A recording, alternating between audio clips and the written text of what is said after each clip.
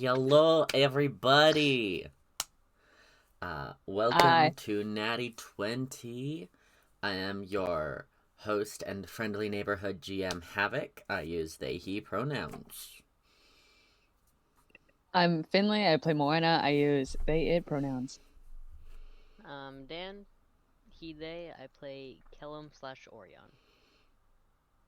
Hi, I'm Thrash. I use any and all pronouns, and I play Lace, and I'm having a pain flare-up, so I might be a little slow today, but that's okay, because we want to normalize this sort of thing. What's up? My name is Loucifer. I go by he, they, it pronouns, and I play your favorite barbarian, Malik. Hi, I'm Pixie. I go by she, they pronouns, and I play your amazing shaman, Eidelia. With the big titties. Yes. She's more than just titties. Yes. Blue. Yeah, she's Has also a got an very ass. personality. Big brain. Big brain. Big brain, also big has- ass, big titties. Yeah. Alright, couple announcements. Natty 20 merch will be available at Calgary Expo. That's back in April, but I placed the merch order yesterday. So I'm excited over that. If you miss any sessions, you can find them on the YouTube, which is on the link in the bio page thingy. I still don't actually know where on these that is. I think it's this way. It's right below you, yes. This way. But yes, that link will Not take at you the to screen where it everything. says- That'll take you to the Twitter, the TikTok, the YouTube, what have you. Do I have other announcements? Dan will be at Calgary Expo as well, so that's fun. I might be. Nice. I'm trying.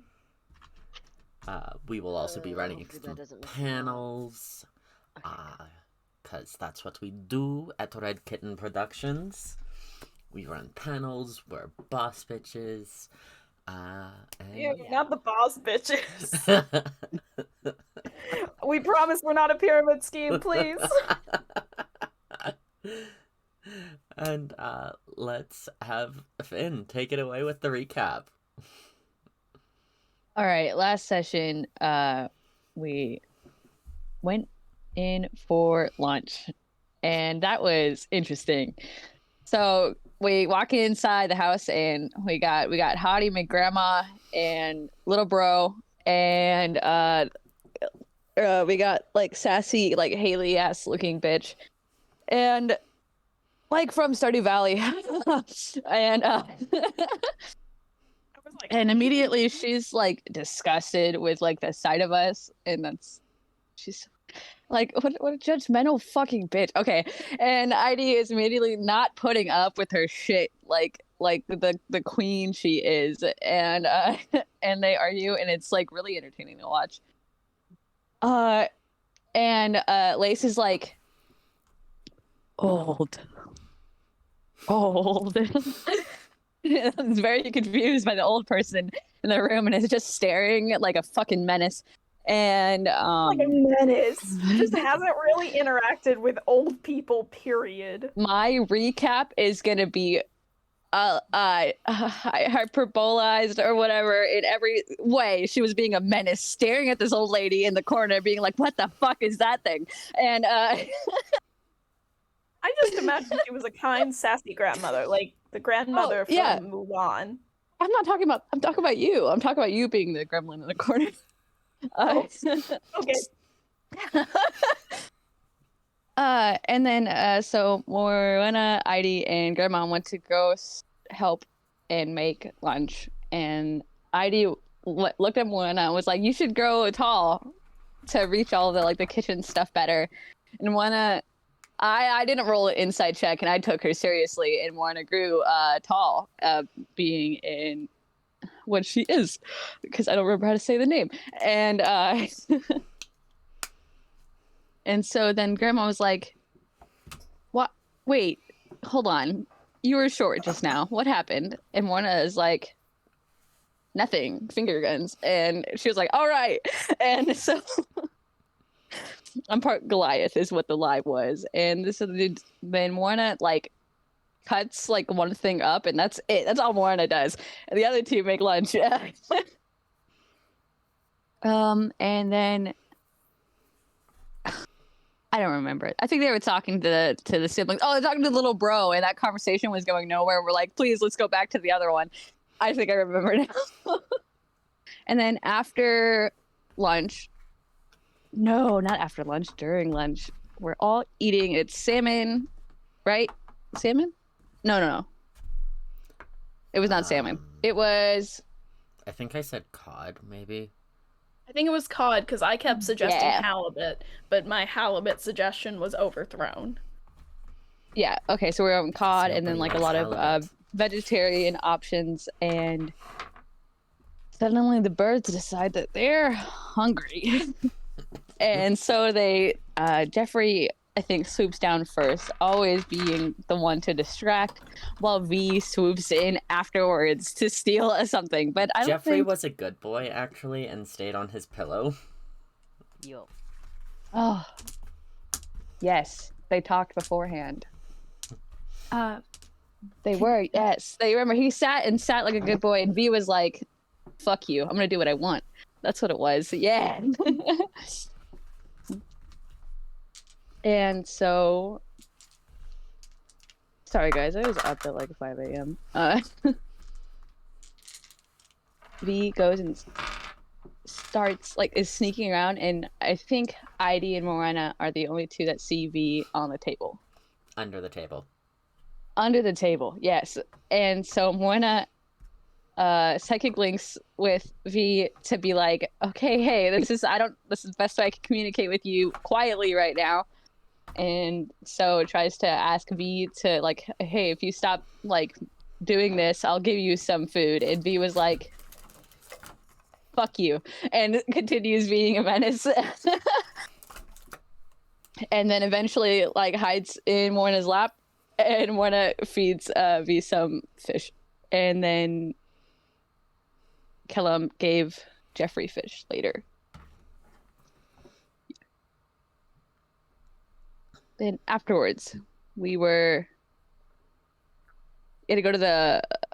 talking, and you guys had to go to the library, right? Yep.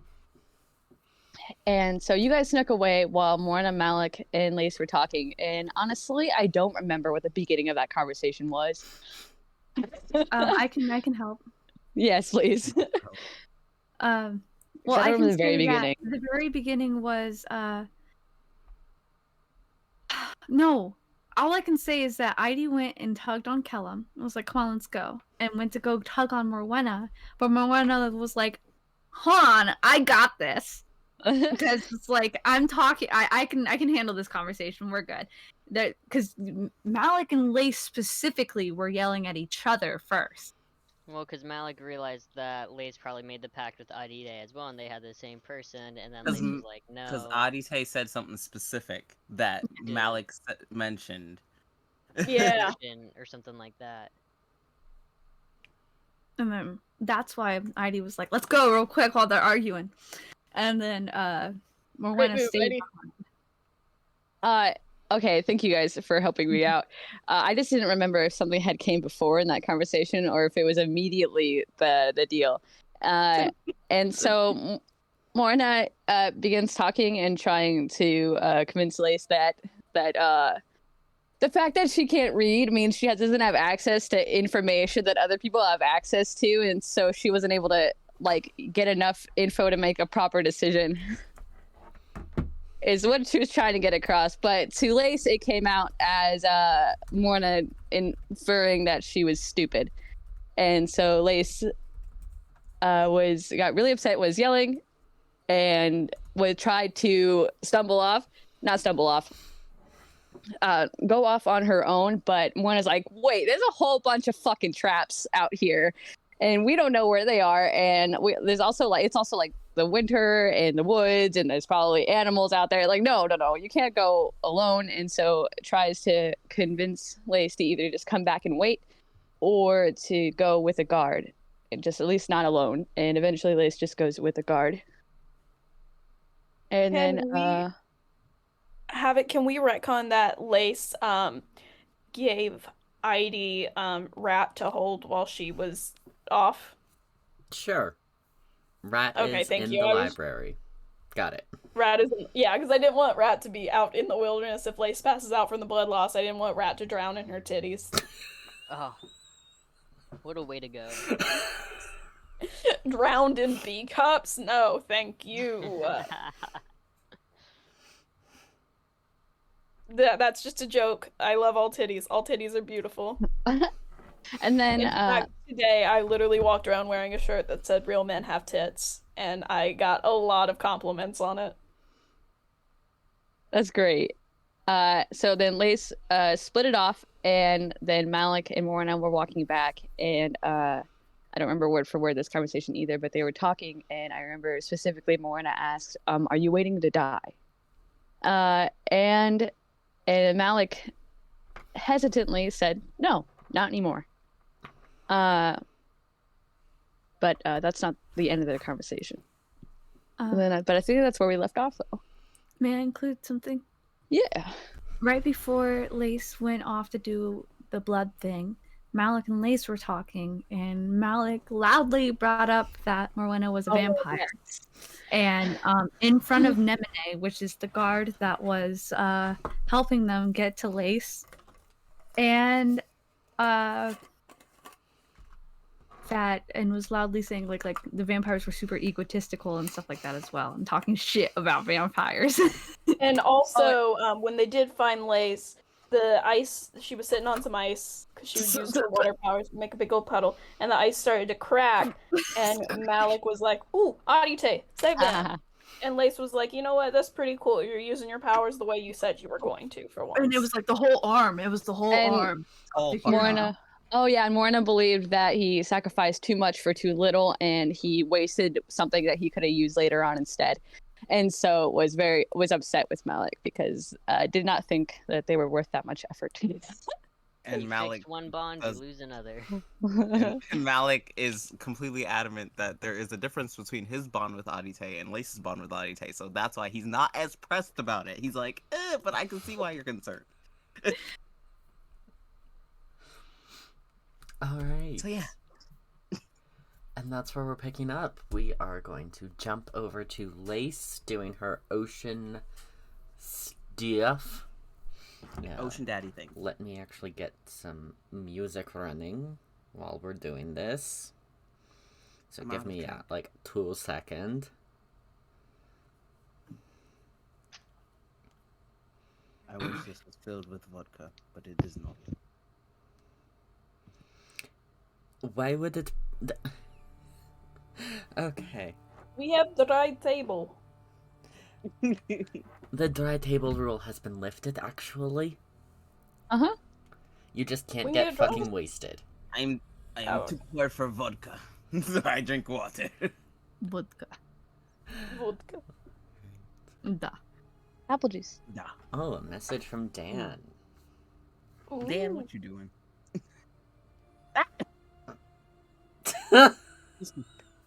Just gets papered. Oh, Dan. How long has that been sitting there? Dan, what did you do?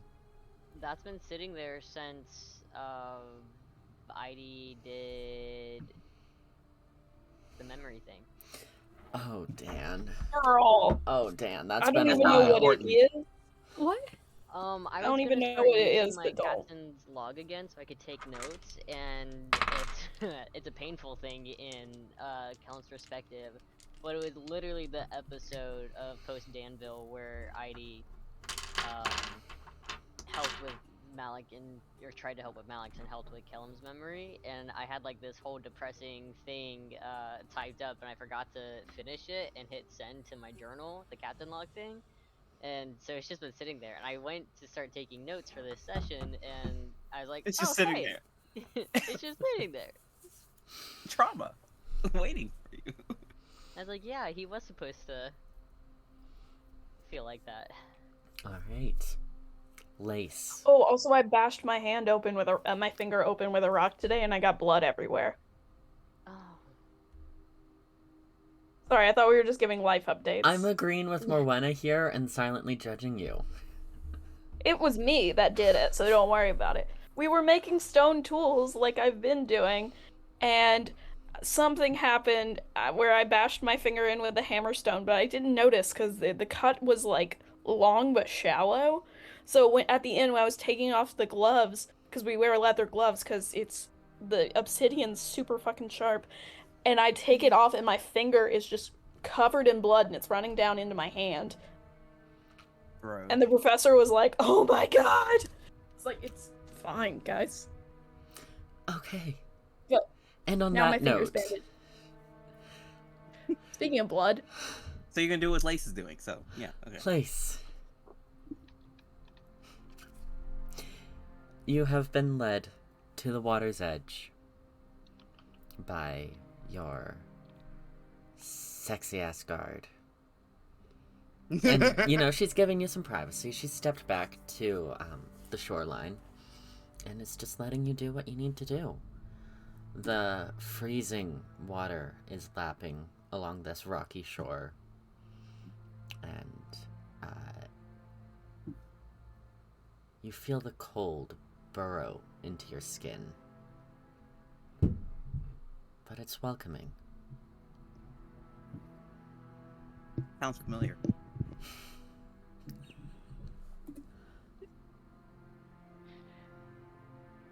so Lace is just going to go out to where it's about. She's gonna leave her shoes on the beach. I assume she's wearing like work boots or whatever the fantasy equivalent is. So she's gonna leave those back on the beach. Gonna go into the water where it's about at her knees. And just... Actually, she's gonna go a little bit less deep, that way she can kneel down. And she's just gonna... Trigger warning for... I guess that's what it counts as, self-harm. Gonna slice her palm open and just let it bleed into the water. Right. You slice open your palm, and the blood slowly drips. You watch a single drop reach the water, and the frozen water absorbs this singular drop and shoots up to engulf your hand, wrapping around your arm, your palm. It feels like a healing burn, almost. Like, it hurts, but also feels good. Okay. Pinky. God damn it, I knew someone was gonna say it. This tentacle of solidified water, you watch it turn this deep red from your blood, and it gets darker and darker. And it's almost black when it pulls away from your hand and returns to the ocean proper. And you turn into ash. Thanos snapped. When it reaches a point of turning almost black, I feel like Lace would pull her hand back. She'd be frightened because it reminds her of Audite. What would happen? Like, she would try to pull her hand back.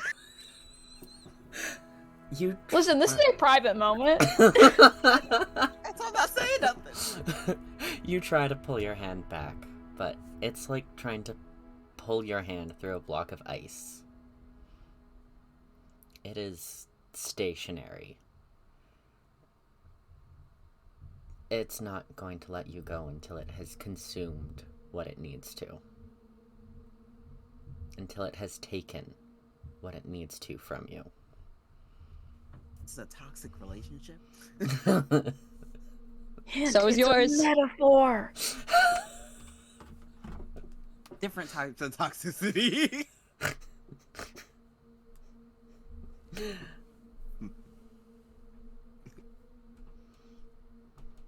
Alright. No, you're just taking what I promised you. It's nothing bad.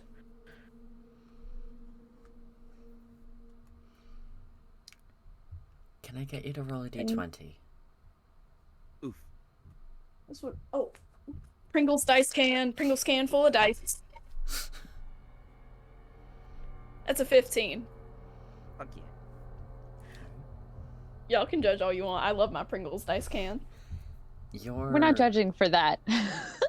Your band around your finger. It used to be, you know, the size of a wedding band. Now it's about to your first knuckle. Oof. All that just to get to the knuckle? You were slow at first too, but Malik doesn't remember that. He doesn't remember it, but like also like it was all like rage outbursts. Malik also has more body mass than Lace. It takes more to cover than Chunk. Lace is small. She's small. Small. Lace is not. She's 5'10". Yeah, but Yeah, like, but she's like a toothpick. body mass wise, she's Oh yeah, small. she's got like Malik's a got wide tons boy. of mass. She's like 120 Wide. pounds compared to Malik's 350. Oh, 120 is light. Oh no, that's really light. Yeah, I was like, Lace. she's not that light. Lace.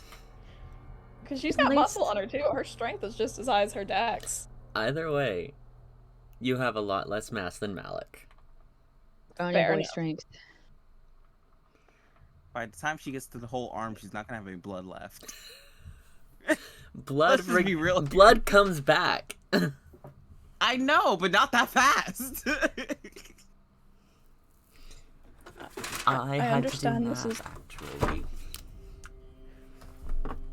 Oh yeah, how fast does blood rejuvenate? I'm kind of curious.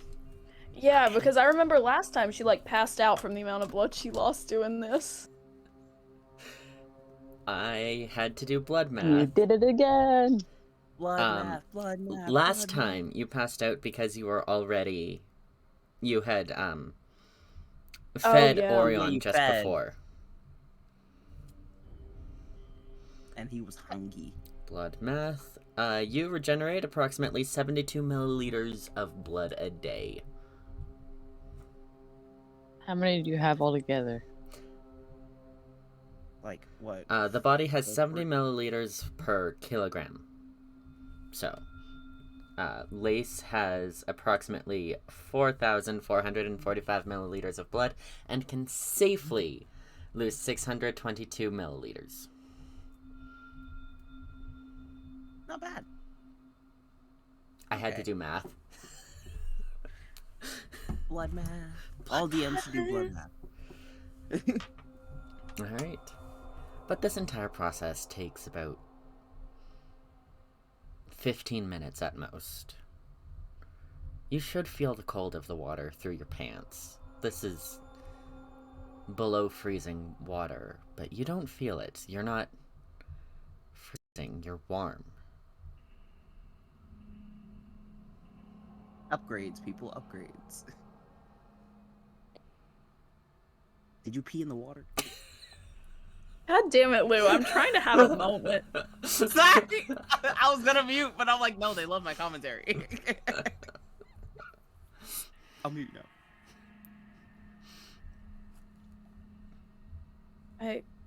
I understand you're just taking what's fairly owed to you, but please, can you give me some sort of sign you're not what they say you are? No. I need to stop using this dice tray. It is very wobbly. We're just rolling on the table. Okay, Lace. What's your passive perception? Probably should have opened my character sheet before we started. Passive perception is 14. Okay.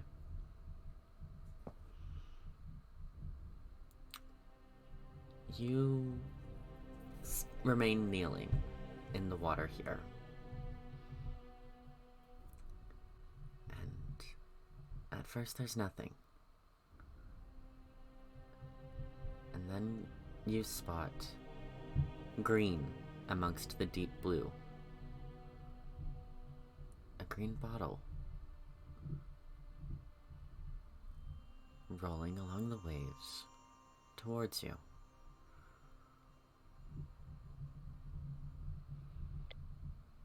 I think Lace is desperate enough that she will swim out towards it. Alright. Can I just get a athletics roll for your swimming?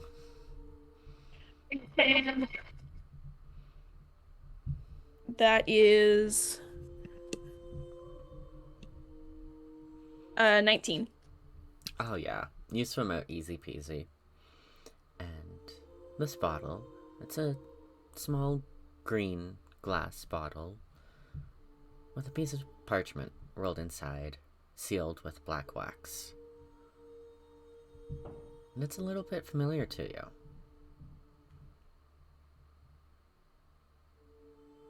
Just a bit. It feels like this note, this bottle, this wax, all of it. It feels like you sent it.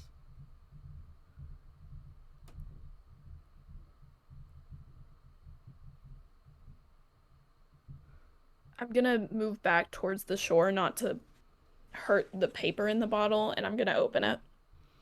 Right. You crack the seal, and inside you smell mint.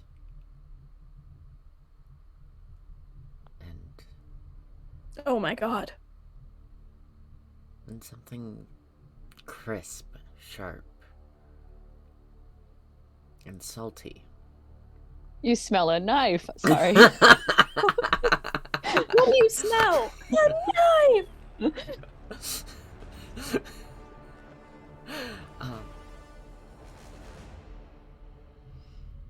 You unroll this paper, and in your own writing, sort of. I was about to say my own writing. Wait, I can't read it! The writing of your quill. You've seen this sort of scribble. The scribble is familiar. You don't know what it says. But the scribble is familiar. I keep forgetting that you can't read. I almost There's told a you heart. what it said. There's like a heart on it. Lace just looks at the water and goes, I can't fucking read this. It's just like a... I'm surprised you didn't draw stick figures, like, to personify what it says. Is this a joke? The ocean is silent. Morwenna thinks I'm stupid because I can't read, and I go to you for help, and you give me a written note.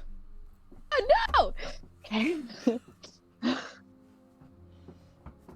Honestly, it's like, I didn't think this through. I really didn't. I'm not gonna lie. Yeah.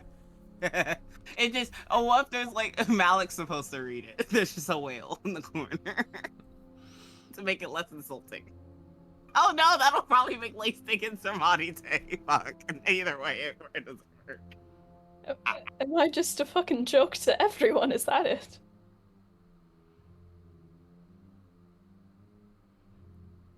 The ocean is silent. I don't even know if I want to read this.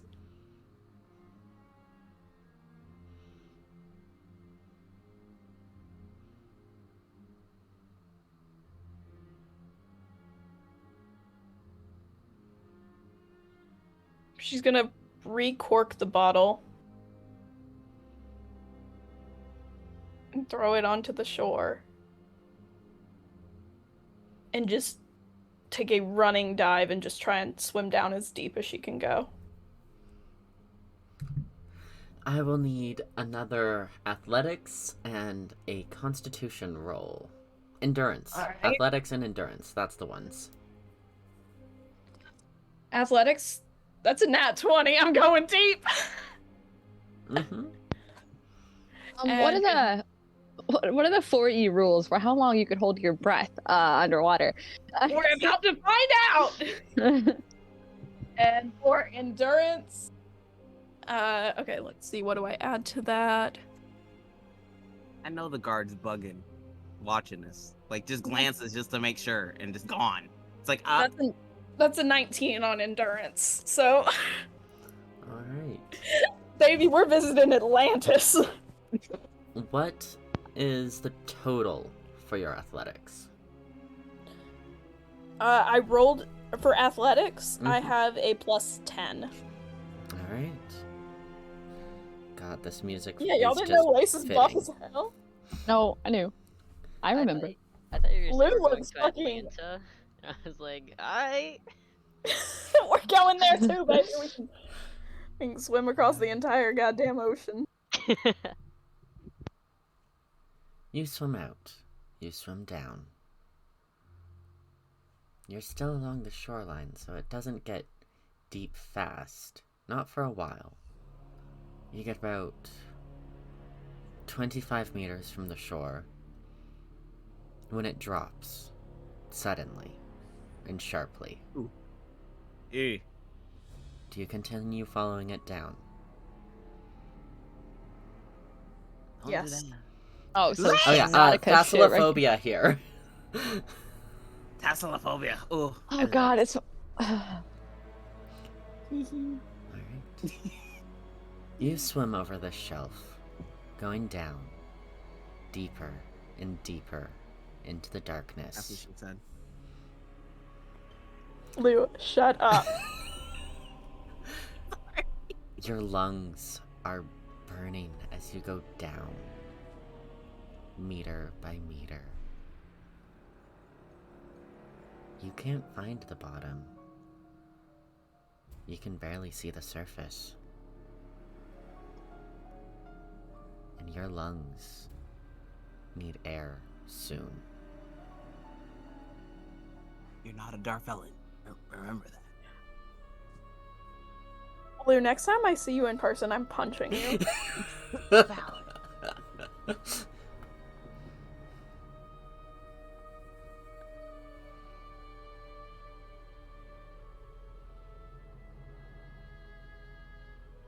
Do you continue going down?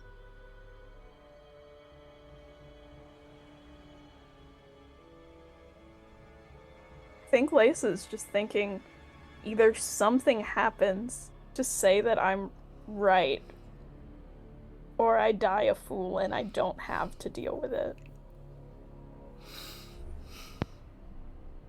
God damn. Bitch is emotional. Can I get Can one I sense more a disturbance in the endurance force? roll? One more endurance roll. Mm-hmm. That's Ivy's trick. Thank you very much, Lou. But we have a Ocean Daddy connection. I feel like Ocean Daddy'd be like, "Go get your bitch." That is a 25 trick. It's a 25 for endurance. Damn. Okay. Lace really finna go out this way. You continue down, further and further. Your lungs burning, craving the oxygen of the surface, but you are denying your own body what it needs. And even with a 25 to endurance,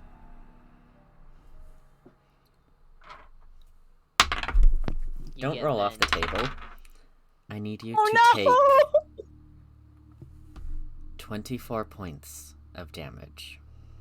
Oh shit! I'm still alive. Shit, what's 69 minus 24? 45. Haha. Can I get another endurance roll? Are you continuing down? So I rolled an 18 last time, and I still took 24 points of damage.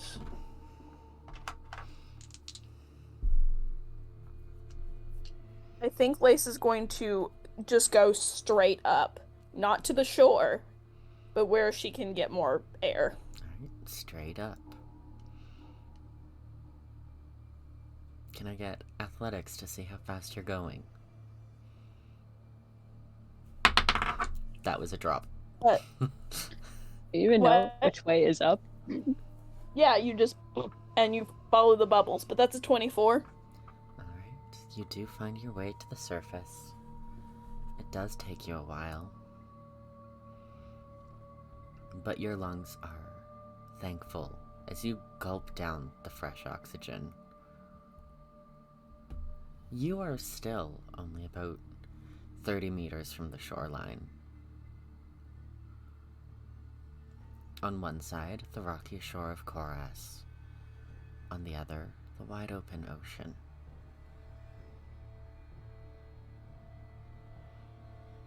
What do you do?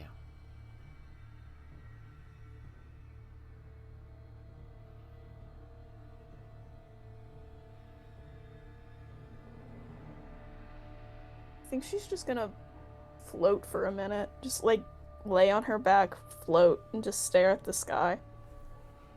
Alright.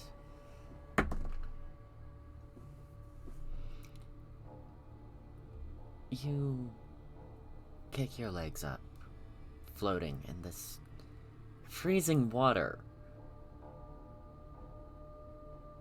I was on the swim team in middle school. I know what it's like. I'm kidding. That was exaggeration. Don't come for me, drowning victims. I mean, I guess. And you feel something brush your back.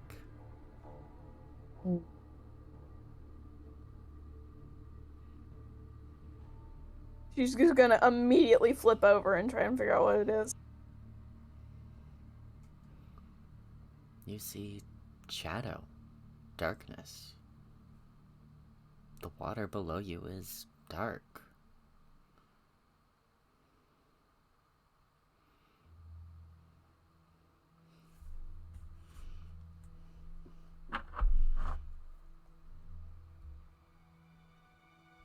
I like feel around to see if I feel anything in it. Just reaching out as far as you can, or do you go under more? I'll go under more to see if I can grab something. Okay. You dive down, arms swinging through the shadow, and you touch something slimy. Slimy and cold.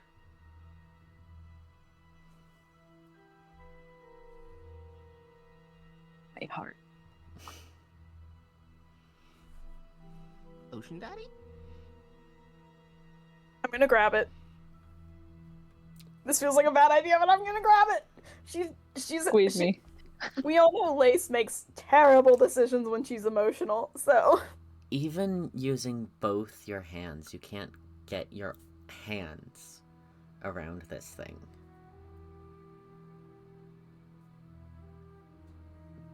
In fact, your hands still feel like they're fairly parallel. I cast Daylight. You cast Daylight underwater. Yes. Oh?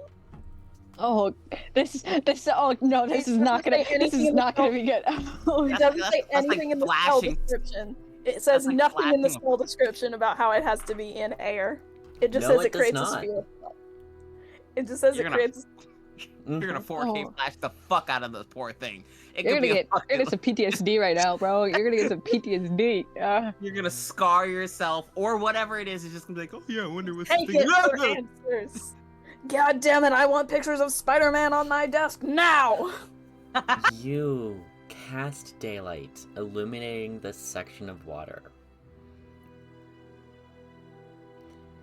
And in front of you, you see this monstrous, hulking, serpent-like creature with spines and gills running down its back. Several sets of eyes fixed on you from below.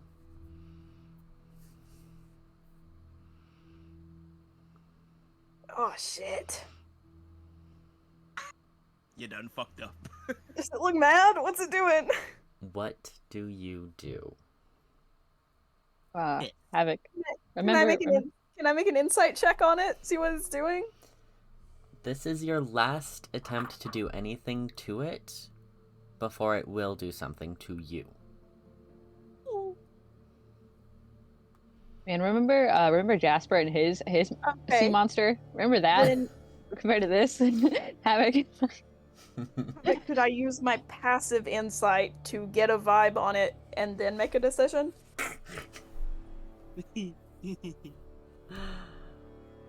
Thanks, 4E. Your passive insight of 19. Yeah! Okay. Let's say you get the vibe Oh god. of yearning.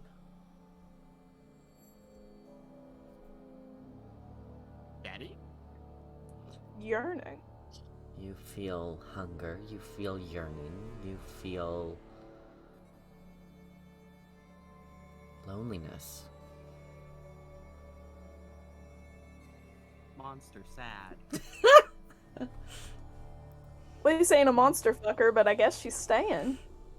Monster needs hug. Monster's gonna devour. You can't breathe. We'll worry about breathing later. Might not be breathing much longer anyway. No, it seems sweet. It's like every white woman with a pit bull. Lace. But they actually are sweet. True. You make the decision to stay. And I need a strength roll from you. Just pure strength check? Yes, this is a contested strength roll.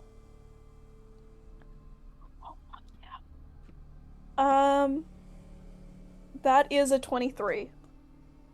A 23 is not enough. And Shit. you are yanked towards the surface and the shore by your guard.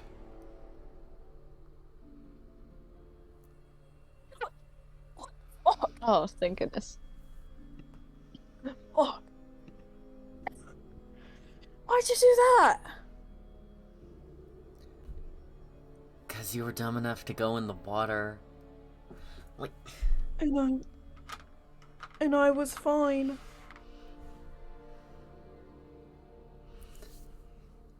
you're a human. Cold does bad things to humans. God, I was right on the edge of figuring it fucking out. Did you not see the fucking... my orb of light underwater? Not figure, oh, she's doing something under there. Yeah, I figured that was a flare to say that you were dying. Okay, that's a fair meaning to get from that, yeah. Did you at least see the giant fucking sea monster? There was nothing there. Shit. Good to know.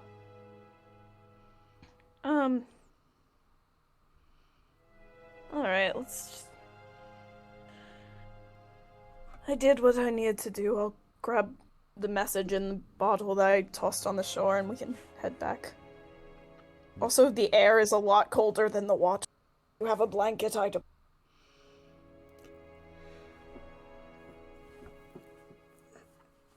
I don't have a blanket, but you can hug me for warmth. Okay, that works. We produce a lot Yes. of heat. I know, Eide's very good at that. But oh my god, the air is so much colder than the water. Oh my fucking god.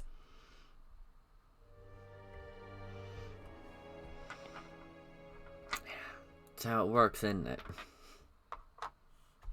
What? Let's get you back to camp. Have you done all that you need to do?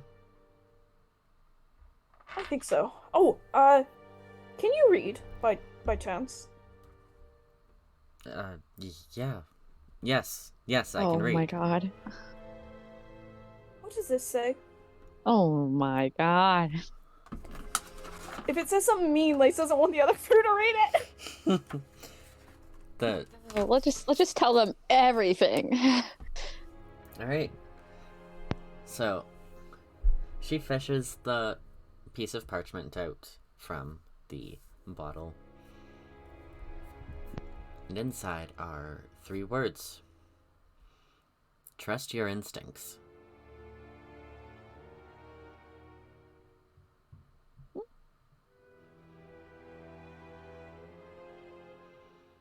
Love Aidite.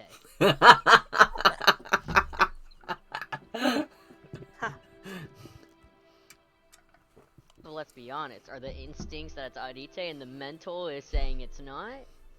I think yes. Well, Dan thinks yes. Lace wouldn't be questioning.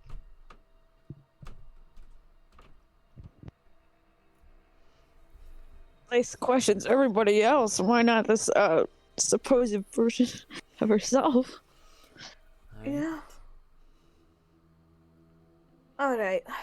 That's less helpful than I'd hope it'd be, but it's not unhelpful. We can head back. Alright. I'll get you back to your friends. Thank you. Hold tight.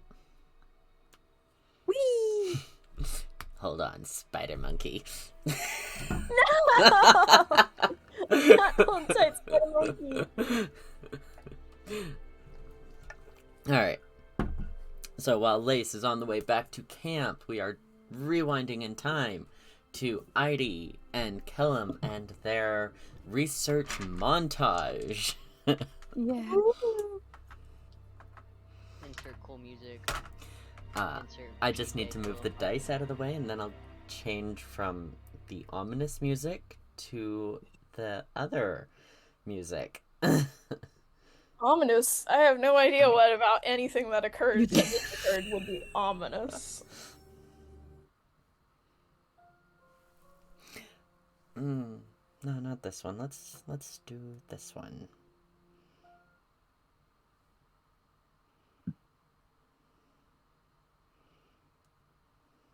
Oh my gosh. You know what's really funny? So, like, say Morwenna does get upset in this episode. My little guy looks so happy when I'm talking. Just yelling. Same, like Lace was going through that like deep emotional thing. She's like, "Oh, I'm just a fucking joke to everybody," and it's just her little speaking out like The little hand raising in the air. I'm so happy. I'm so sad. I'm so sad. Alright. So, Eide and Kellam. Throughout the scouring of the library, you do find several tomes that will assist you. So we're going to be going through those. The first of all of these, about yay big, not that thick. And that one's just The Great Wonders of the World by Libby Darkstone. Next one, about yay big. And this one is Of Gods and Men by Aja Kaur. Ooh. Next one's about yay big. And that one is A Brief Guide to the Gods by Kendrick Mesta. Kendrick, I don't think you know what brief is. Then we have this one.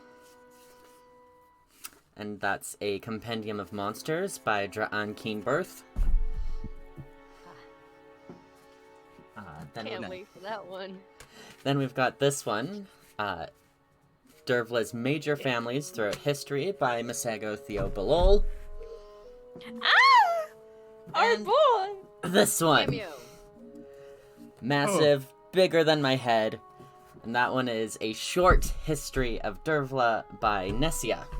Is that a dictionary? Or No, it's my Short. family history, actually. Damn. short history. So which one do we want to go through first? Alright, Dan, this you choose this one, I'll choose the next one. Okay. I kind of assumed that they would tackle different corners like to start. So Kellam's first one would be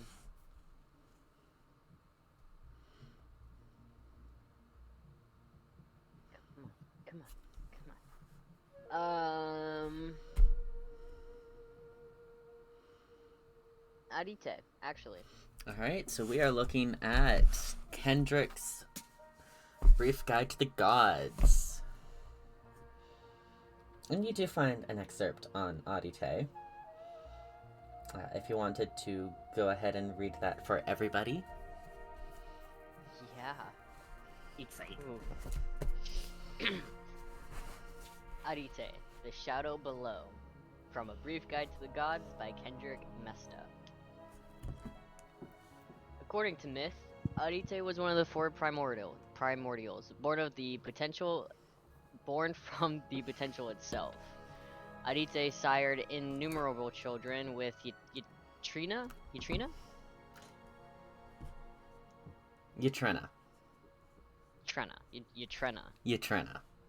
Utrena. And these children populated the oceans, rivers, and streams. Some scholars believe Audite created the mysterious water-dwelling race known as Darfellan.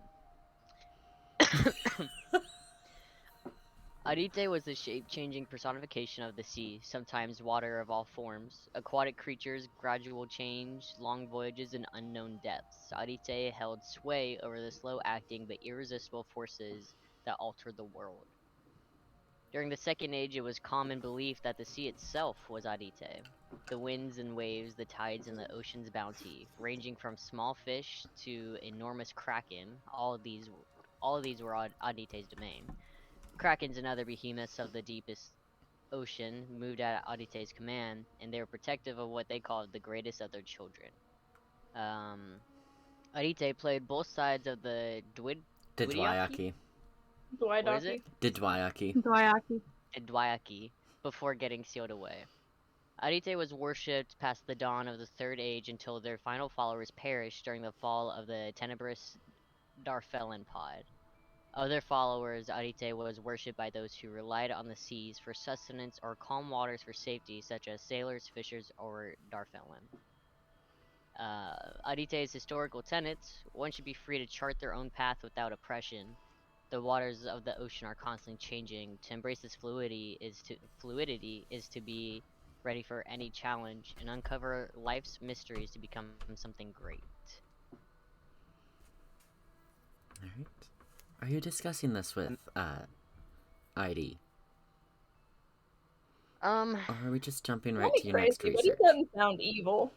I know. I want to worship Audite at this point. Like, that might be Lace's new stance. Yeah, it might be Audite, but he's not evil.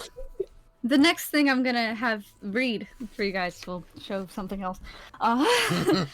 Shit. I guys think can talk Kellam at would the probably end. be like, yeah. I found something on it. Audite. It doesn't tell too much, though. Just kind of about him, not his powers and the things he does. Heidi is gonna kind of pull the book towards her and like lean up close to him and like start looking at it, and then hover over the line. During the Second Age, it was common belief that the sea itself was Audite. I think this right here would be enough to at least show Lace. That Lace can't read. no, but us saying it, Oh, okay. because it's also it respects you more than me. Fair. That's So- that's a fair point. This might help with her insecurities over this ocean And the shape changing. Lace said creature. she sees herself. Yeah. And Darfellan, works with Malik. Makes sense. It just doesn't say why he takes from them. Must be a reason why in one of these other books.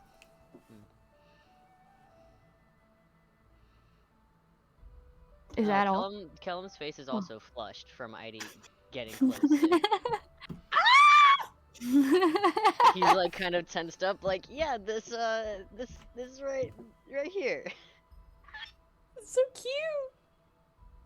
cute. I'm gonna say this time, Heidi's so focused on the reading, she doesn't notice.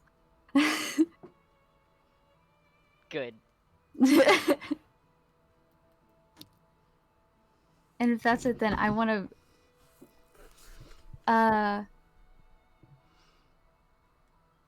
I'm of Gods and Men, the story of creation. Story of Creation of Gods and Men by Aja Kaur. Mm-hmm. It's obvious Kendrick was an Adite worshiper. Let's just be How do you pronounce the Kukados. Kukados? Sorry. Cockados? I was gonna say Not like Kukados. two cocks. Mhm. In the beginning, there was the Kukados, a swirling mass of potential, and from this mass sprung forth 4 primordials: the earth, the sea, order, and chaos. Perfectly balanced, these 4 primordials danced, and from this dance, the world as we knew sprung out from under its feet, their feet. The sea joined with chaos to bring forth the creatures of dark, populating the shadows with monsters to oppose those of light, for everything needs balance. In addition to these monsters, chaos served parts of himself Severed. to form. Deceit, doom, death, pain, strife, and blame, for he believed that those of light took their peace for granted. Earth, having been lonely, bore herself a husband, the sky, who were could surround her her on all sides and protect her. It is with her new husband that Earth was able to give birth to the creatures of light, as well as the rivers, memory, creativity, the moon, the night, the day, justice, knowledge, prophecy, the dawn, control, and wealth. However, the sky was a cruel husband and an even crueler father. He hated his children, imprisoned them into hidden places of the world. This angered the Earth, and she plotted with her children against the sky. She spoke to them, saying, "If you obey me, we shall punish the vile outrage of your father." Most of her children were consumed by fear, save for day, night, knowledge, creativity, and control. Earth fashioned a scythe from diamonds found in her heart and gave it to Control. Earth and Control worked together to set up an ambush for the sky. As he prepared to lay with the Earth, day, night, knowledge, and creativity held their father in place while Control castrated him and threw him his severed genitals to the sea. His blood spilled on the land and brought forth the early mortals as well as spirits of nature, while from the sea foam rose love. The sky, embarrassed at his loss, withdrew into the heavens, and Control became the next ruler of the gods. Once their father was banished, the gods were able to procreate amongst themselves, bringing about more gods. Finally free from her burdens, Earth was once again blissful and more than generous, producing crops for all mortal kind of her own accord. Untroubled by toils and hard work, the mortals lived carefree and healthy lives, which ended peacefully, and only when they were very old. Some say that even the gods themselves walked amongst the mortals during the Second Age. If I was Adite, I'd be bugging too if someone threw my balls into my domain. Yeah, I'd be like, excuse me, what do you want with this? Wait, Minding maybe your that's own why- business. No, and maybe God that- maybe- testicles. Lace God testicles. No, Lace has the Lace has the penis. Maybe that's why the gods attracted to her. They bond over it. They bond over the. Got teabagged, and you guys want him to be good and wholesome.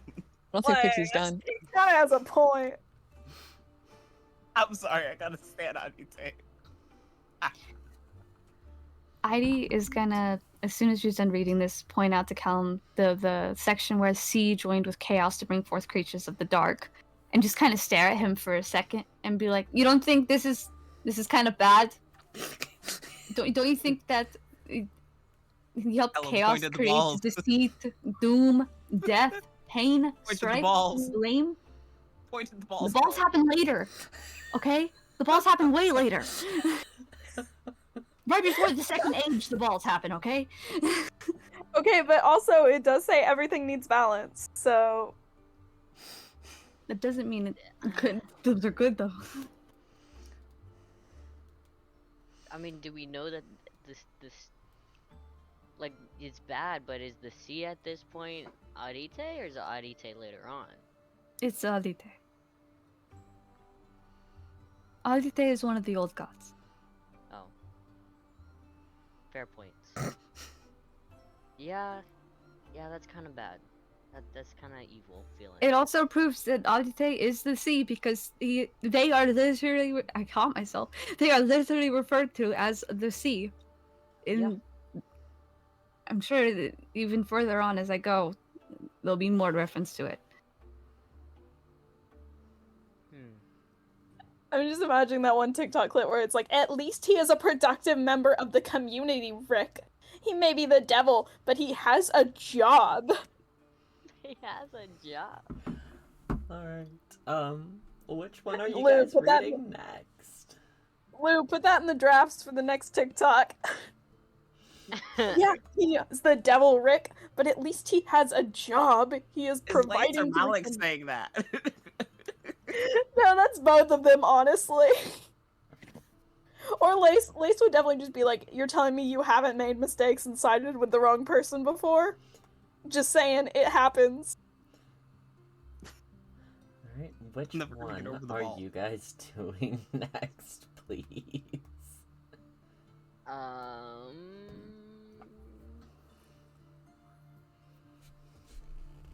lost my place. I scroll thing.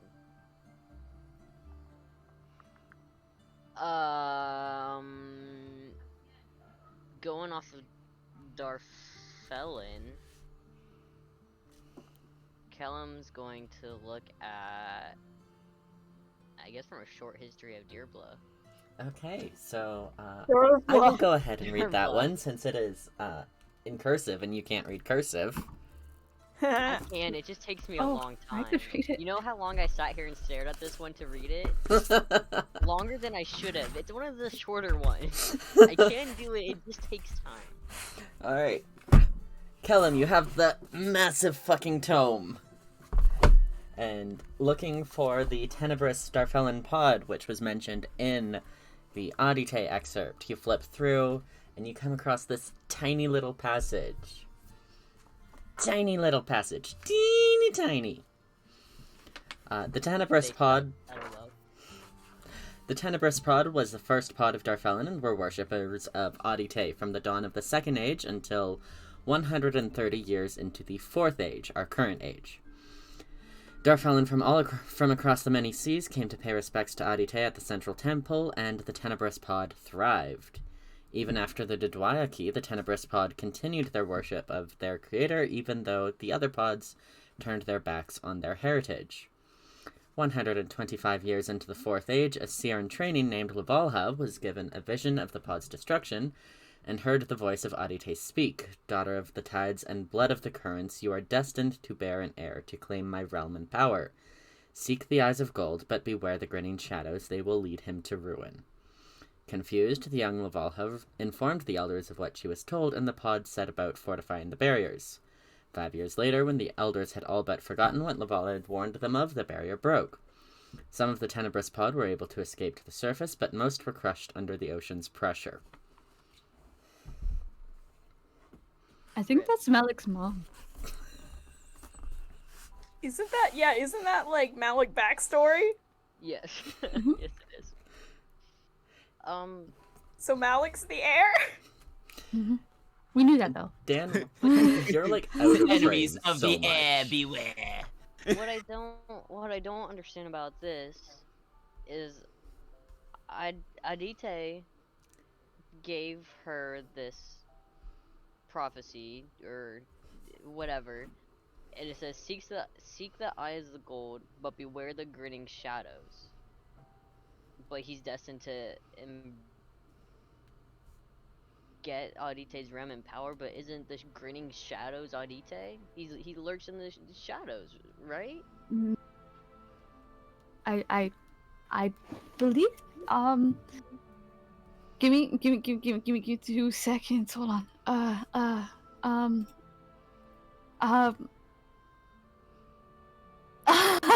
I know who this is, but I don't know. We will read over this, but can we say Heidi has read over Valdir? You want to jump back to the brief guide to the gods? Go for it. Heidi, as soon as that comment hits, is gonna jump over to the brief guide of the gods and look at Valdir. Is this symbol in the book? Nope. Have we seen his symbol before? Yep. Can I roll a history? Yep. Cool. I have my dice right here. And that is it's 24. Alright, back up. I'm so close to the camera. I know, like, I was like, Pixie, you're so close to the camera, this should be found footage horror.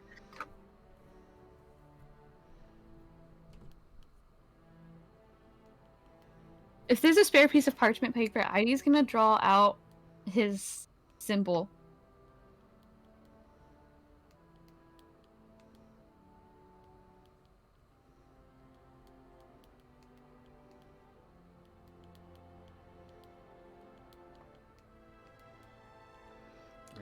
Alright. Pixie, I am sending you a Whisper DM. Ooh. Oh, okay. I mean, we've seen it before. I mean, technically it was Orion, but I think I know exactly what that means. Orion has seen it? Ivy's gonna sketch out on a spare piece of parchment this crude-looking evil smile. I hate And- that my mind, when you said crude looking, was like a dick. Like, it No. looks like it looks crude. You know who had this on one of their victims? Yara. Oh, shit. Uvalder.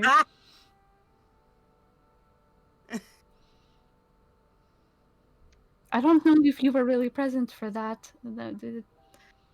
I know I was with Orion when we found that tiefling. No, yeah, I mean that it makes sense. And he's gonna flip to Uvalder's page in the brief guide of to the gods. Alright, Dan, you get to read that one out loud. According According. yeah. According Accordion is to the most studied. Uvalder is one of the primordials born of the great potential. Uvalder is the personification of chaos, betrayal, cruelty, knowledge, madness, and treachery. Uvalder is known to his followers as a great savant and a cruel master. Uvalder's worshippers are typically composed of assassins and torturers. Followers of Uvalder do not seem to undergo any formal training. Each group of followers establishes its own guidelines that potential acolytes must meet. Tenets: enslave, torture, or murder those who are weaker than you whenever you can, especially if you have something to gain from it. Obey traditions and laws only so long as it is beneficial to do so, and seek personal power and chaos in any form possible, particularly if it also weakens potential enemies. Sounds like Yara. Yeah. Yeah, yeah. Tell That him makes realizing he sense. fucked up. That makes a lot of sense. And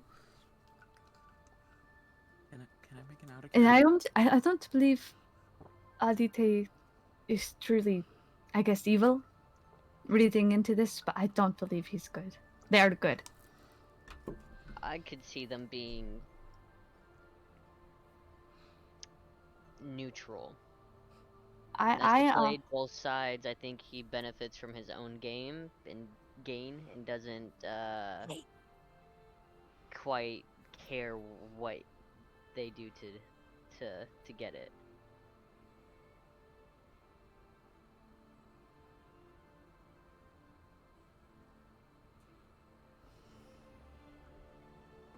I just not want to trust.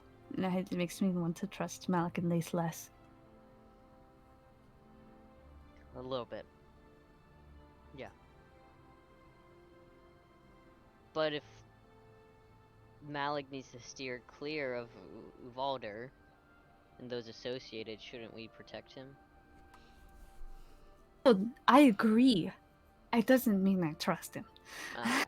Fair points. That's very fair.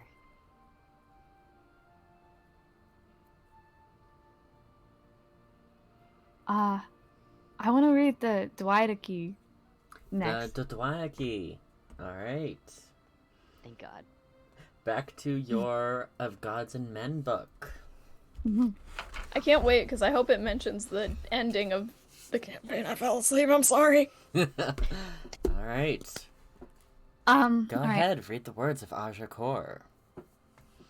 The second age came to a harsh close when Control violently and dramatically changed their ways. Alarmed by a prophecy saying they would be overthrown by one of their children, Control turned to domination, or as we know as Vidar, imposing their will on the other gods. In the beginning of the Dwaidoki, it seemed as though domination and their followers would seize complete control, winning many battles. At the advice of Earth, Storm released several of the monstrous races that domination had sealed away in an attempt to use them against his father, and they agreed. War raged among the gods for years before finally leaking into the mortal realm. Earth, fearing for the safety of the mortals, enlisted the aid of 6 demigods to help with her trap domination and their supporters. These 6 brave demigods faced Vidar deep in the bowels of Drisdore, where the gods were rumored to have hidden the children they had with mortals. These demigods stood alone against the might of Vidar, but alas, none of them survived. Unknown to these demigods, they were merely a distraction, while Earth joined with air, fire, memory, the sun, and the moon to form a prison, sealing the traitors away with 6 anchor points of concentrated divine essence scattered at key points throughout the land. As a result, the material plane was sealed off from the rest of the multiverse. Night, the sea, greed, rage, the stars, and Warcraft were among the Dwaidu. Sealed away. And as soon as Eide's done reading that, Eide's gonna pull out her map that she has and count the dots on the map. What's that? There's 6 dots. 6 dots. Eide's just like, that's what that was? Oh, and Eide's gonna just like cover her ears for a second, and it's just like, oh no. We Oh, fucked no. up. We fucked up. Sierra specifically, but we fucked up. Okay. I showed Malik this because Malik saw me with it. The next morning I had a dream, and this is the morning you were passed out actually, so I didn't get to tell you. And I dreamt that Ota showed me these 3 other gods, and it was Laus, and Eide's gonna hold up her covered hand. Right. The goddess of spring and the goddess of winter, and then showed me these 6 locations on the map, and one of them flickered out, and guess where? The Forgotten Cove. Oh. And you know what? There's six things that were sealed Vidar, and one of them was created by Ione, the moon. And you know what that statue was? It was the Ione statue. And why have Ione have a statue out there other than to have some of her power in there to help keep Vidar trapped? And Eide's sitting there like this, and it's just like, oh my god. We let Sierra break the thing, which this is why I guess Ota showed it to me. But that means we're helping Vidar escape on accident. We're helping the evil. Oh, this is not. Adite was probably the one in there because we didn't see any of Adite on the outside. The seal was broke, and the sea was trapped in there as well. We released Adite, and Adite's grabbing his shirt. And it's like It's okay. There's the 5 other ones, and if those don't break, Vidar's not released, and it's fine. We'll make sure the other ones haven't been broken. Yeah, beings. Yeah, well, they haven't been broken yet, or else they would have flickered too in my brain. Right. So as far as we know, everything else is fine, and it was just one statue, and everything. And It's not fine though because Adite is here because of us. yeah, but Adite is already here, you know. So as long as we just don't release the other ones, we should be good. There's no point worrying about what happened in the past if we can prevent it in the future. If. Don't worry about the if. It's just a slip of the tongue. Oh my god. It's louder than the light. I'm sorry, guys.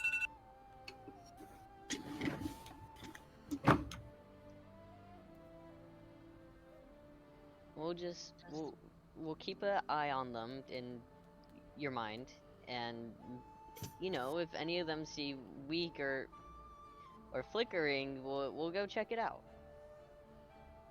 Heidi is having an eye staring contest with V. With V Yeah. chilling on Kellam's arm? Their eye is purple. Huh? Look, one of V's eyes is gonna be purplish. Very slightly purple. As opposed to the usual. I mean, can Raven's eyes do that? No. Also, V's supposed to have pupils. Technically. Are there no pupils? No, they're white. Opalescent, technically. Just like our lovely dear friend Valsius.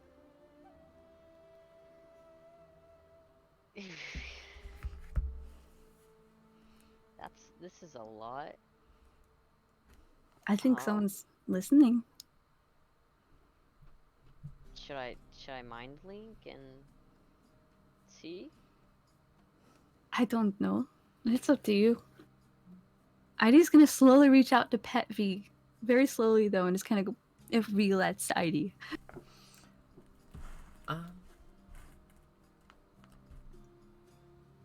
V seems a little bit hesitant, but does let you pet them. Nice. Okay. Well, someone just heard everything I said. I think. Well, they don't know where they are, right? Only you do. Idy's gonna look down at the map and then look up at V and be like, I think we only know our proximities, the both of us. Oh. It's a race then. Ah! Because Okay. on the map too, it's not like specific dots, it's giant circles in specific Ah. areas. Gotcha. Mhm. Well then.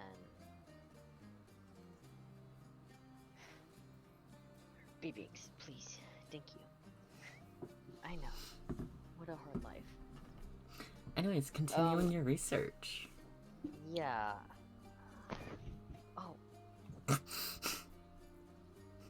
Oh. Dan's just over here getting murdered by cats, it's fine.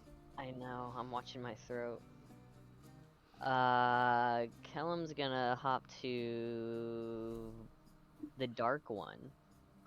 Alright, jumping straight to Vidar, back into Brief Guide to the Gods. According to myth, Vidar is one of the first generation gods. They are the child of Ota and Umisis? Umysis. Vidar sired many of the second generation with Edite? Edite. Edite. Vidar is the personification of domination, tyranny, control, and indulgence. Though they were sealed away at the end of the Second Age, those who still worship Vidar believe he will be free and return to their full power.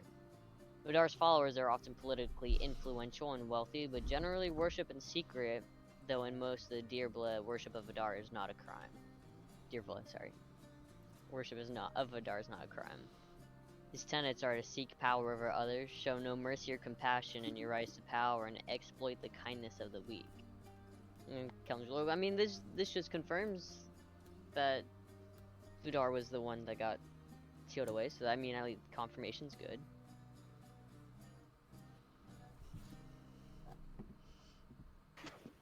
Oh, thank you, I forgot to change that. Yeah. I spent a lot of time just copy-pasting.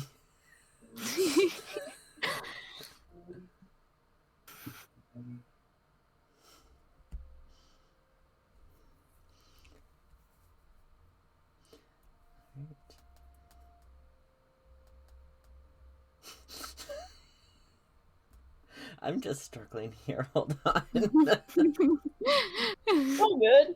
I'm just enjoying the lore.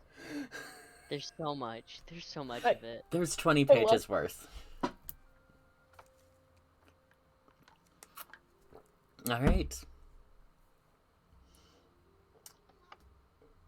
Ah, crap, I just closed it. What are you doing?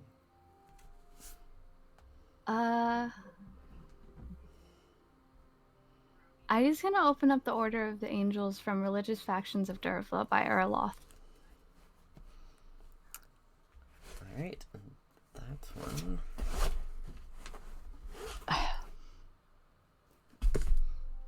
I forgot to have a book reference for that one. Huh. I knew I forgot one. But yeah, it's My boy.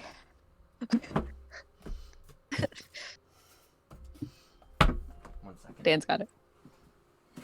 Dan's got a book. Dan's got a book. Dan's book, yep.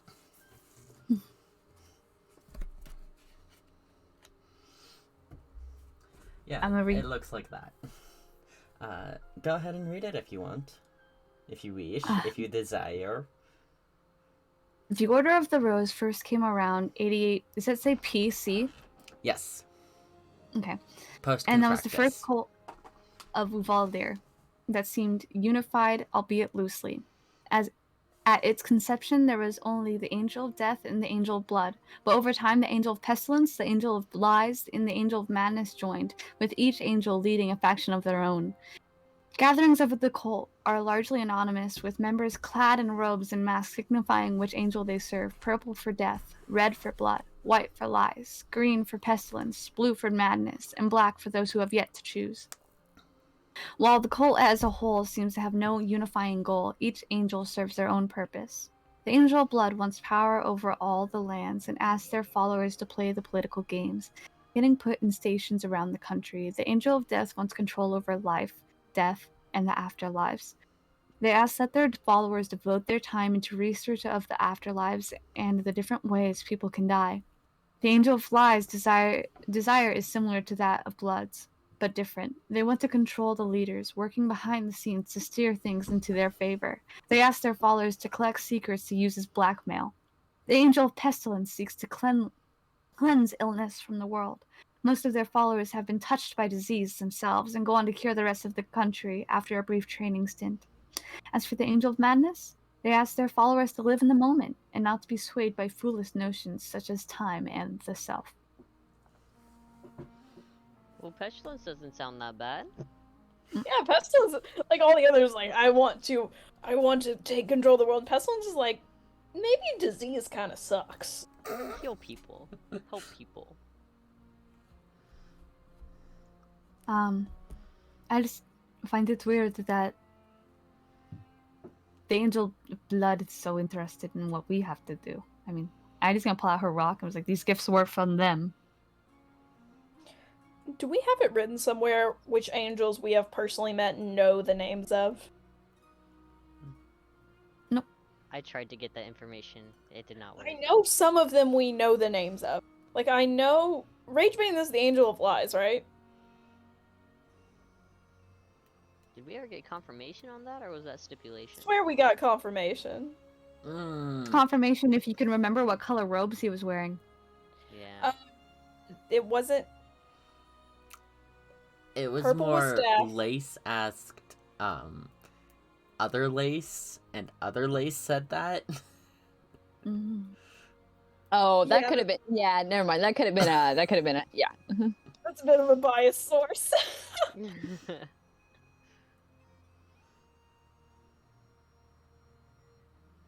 I don't remember all of the gifts. I know Heidi's rock. There was Malik's ukulele. Heidi's rock, Lace's Malik's dagger. ukulele, Lace's silver dagger, Valshus got a book, and Orion got wine. Blood wine. Oh Mm-hmm. yeah. Tasty. That he chugged at Yeah, the he dinner did. table with the dragon. Yeah. Yeah. That's fair. That's good shit, man. Good shit. I would also panic chug in front of that hot dragon. It wasn't a gay chug. My hot dragon. That was my hot dragon. I have no idea what you're talking about. Kellam's gonna jump to the last prophecy. Oh, I was about to do that. Cool. That's perfect. From Of Gods and Men.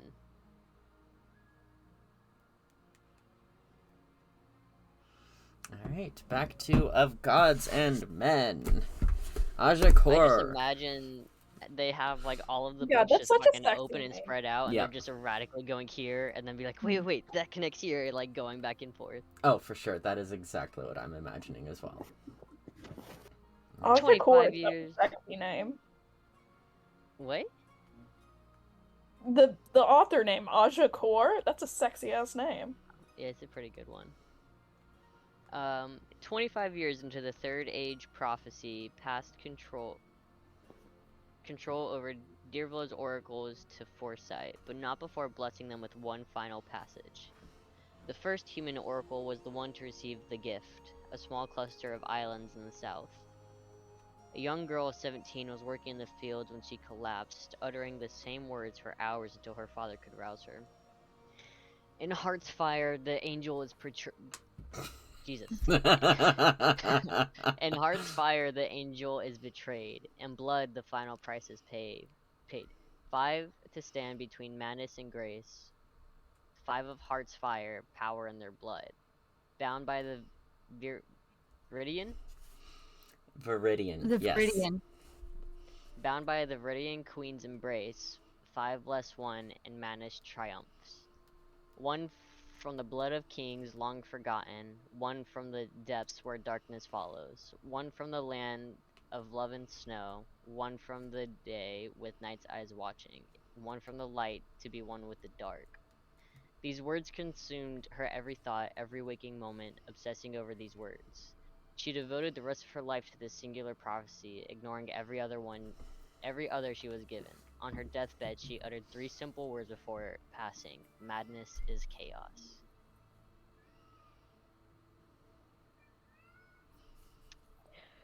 And, he'll kind of pull the book over towards Eide and be like, hey, prophecy's in here. Oh, We've gotten that same prophecy, and it's definitely about us, but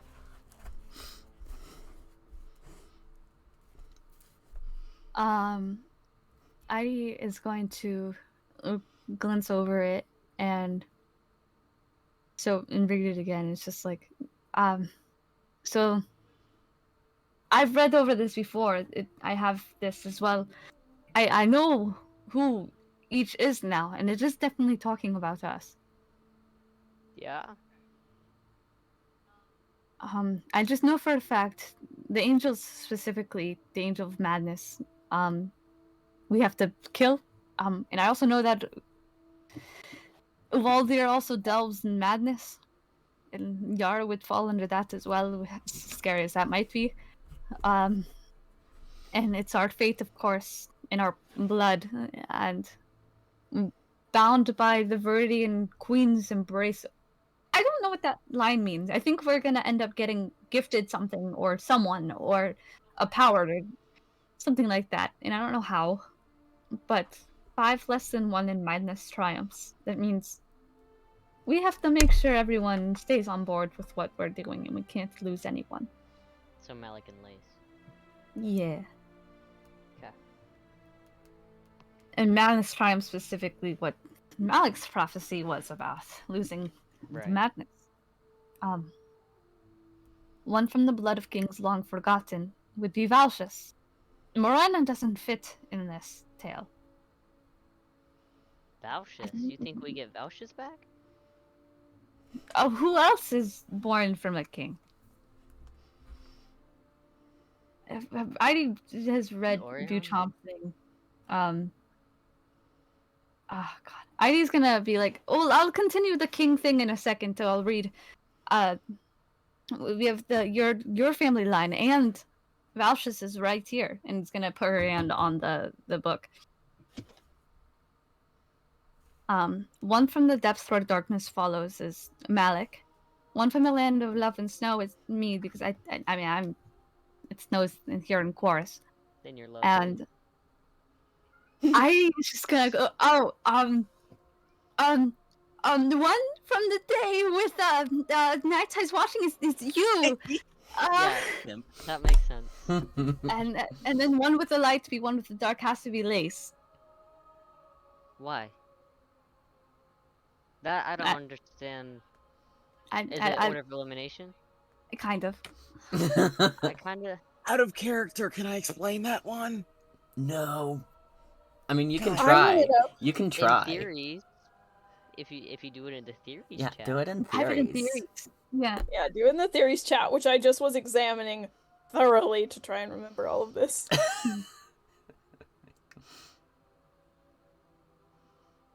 But with that though, Heidi is gonna go down and open up the Beauchamp family line. Beauchamp. Beauchamp. Bouchot. Beauchamp. Beauchamp. Beauchamp. If you were I gonna Or looked it up. Beecham. it would be Beauchamp. You can decide. Do you want it to be Bouchot or Beecham? Beauchamp. Beach This hurts me as a French speaker. What is it, Annie? If it's Beaucha, wait, spell it. B-E-A-U. Champ. Beauchamp. Beauchamp. Yeah, Beauchamp. Beauchamp. Bouchot. Versus Beauchamp. Beecham. Beauchamp. Beach jump. Beecham. It's funny, my older brother's name is Beau, spelled that way. B-A-U. Alright. So, Heidi, you are reading that one. Did you want to read that one out loud, or did you want me to take over that one? I can read it. It's okay. Okie dokie.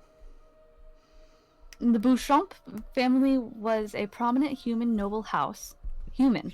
That is a key thing there. Who ruled over what we now call Theobasin during the Second and Third Ages. During the Second Age, King Brennan II reportedly made a deal with Vidar for more power, which corrupted him and his entire bloodline. This made King Brennan the first tiefling. That's so cool.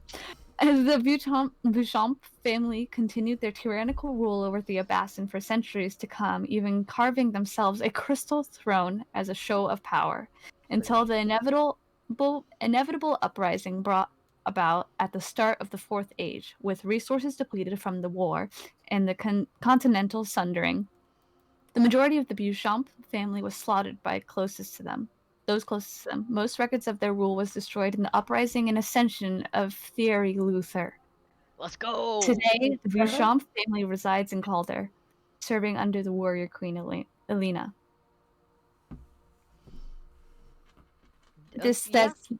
Yeah, that makes sense Yeah. then. Yeah, okay, I get it now. but Still not sure about Lace, but I get the Vouchus one. and also, I mean, it probably doesn't even want to be. Hey, just throwing it out there. If you're still wondering about Lace's bloodline, you could, look in the book about her last name. They didn't have anything on Steele either. You didn't look if there was anything on Gallagher.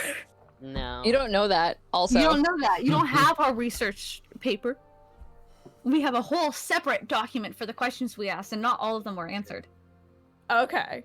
I Mhm. didn't ask about the Gallagher bloodline though. No, we didn't ask though. Yeah. You didn't ask, but Yeah, okay, so my point stands. But there was a just bunch of messaged stuff that we Havoc. didn't. I I just did not messaged Havoc and think I was like, that. I want to know just because I'm curious. And then they just sent back that stupid little angel smiley face. So now I'm making this you guys' problem, and you gotta look it up. Havoc, I'm updating my research questions doc. Okay, that's not going to change the research results, Damn. Doc.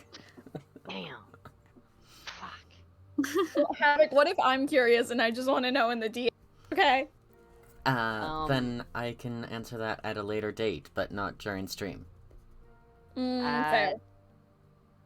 The mention of Theory Luther. Theory Luther. Yes, The Luther Theory one. Luther. Luther is now. That's what I Yeah. wanted to read next. It's so good. So good. Yeah. Kellam's gonna kind of slide the book to himself a bit and flip through to see. First, he's gonna look for Steele, and he's not gonna find anything. He's not gonna find anything in this book, and then he's gonna go to Luther. I want to say, as Callum's reading it, Heidi is like starting to read over his shoulder and just getting closer and closer. And towards the end, at one point, head on the shoulder. And So V that seems seems to like be that. like passed out on your arm, by the way. Seems to be. Perfect. Looks passed out. Kellam's just like not gonna like move the arm that V is passed out on as much as possible. But he's also gonna like kind of stiffen, but also kind of lean back into ID, but also stiffen. Like, I don't know what to do. You good, man? So the Luther passage only takes up about half of a page. And this is in the Dervla's Major Families Throughout History by Masego Theo below. But Me too. Dan, you could read it if you want. The Luther family is the oldest of the Immortu? Toy? Immorti vampires that can procreate and age, and are believed to be the first, brought about when the sorceress Heloise Winter mated with Eros Luther during the Second Age. The Luther family served under the tyrannical Beauchamps, acting as advisors, confidants, and even guards until Thierry Luther struck down King Waldron Beauchamp II in his sleep while his family slaughtered the remaining Beauchamps. Damn. After the massacre, the Luthers seem to have disappeared from history, and some believe they never existed in the first place. Hey, you and Morwenna are loosely related. Oh, oh my God, we're Oh. cousins. We're like super removed. Orion's related to Morwenna, not me. I'm a separate. You're the same mom. I'm gonna. Okay. My man, you share blood. My brother in Christ, you're the same person. If Orion had his own body, you guys would be twins. We don't gotta talk about it. I'm just saying. Just because your parents have split custody and we got a parent trap situation does not mean you are not related. Oh God. They never existed in the first place. They're removed from history. They're literally sitting on a throne. How does that? Where have you read since first venturing out anything about the Abbasin?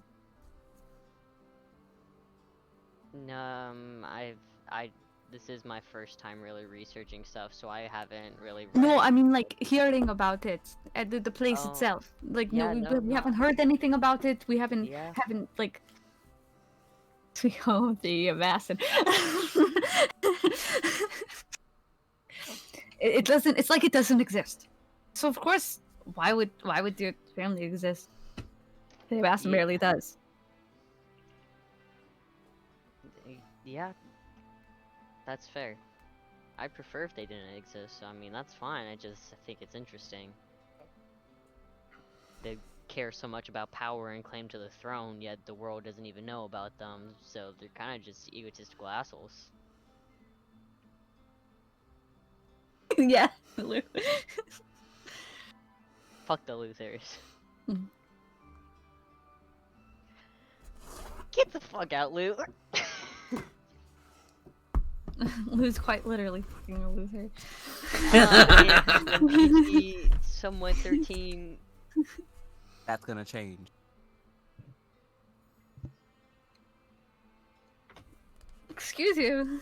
Continuing. Heidi is gonna ask a question like in the middle of researching, not about research. So, Kellam, My God. how are you holding up with the whole Gideon thing? What the fuck? Heidi is not looking at all, and I want to say before this happened, she was kind of stiff and silent for a few minutes. Was doing I'm that sorry, quiet you cool. just threw Dan out of the whole left field. Yeah. So you gotta, I gotta compose. Compose thyself. He's just going to. Is this like right after the Luther read, or is this just? It doesn't have to be right after. We can say it's any point. It's just happening somewhere in the middle of the research. Okay. Kellam's just gonna like look at Heidi, and then look back down at whichever book he's in the middle of. In what regards? You've been acting different since you woke up from the fog. I just had to ask.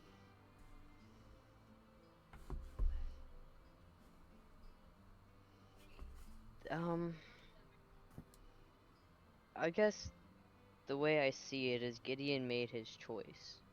And I've been chasing him for so long, and every time I get to him, he's just gone again.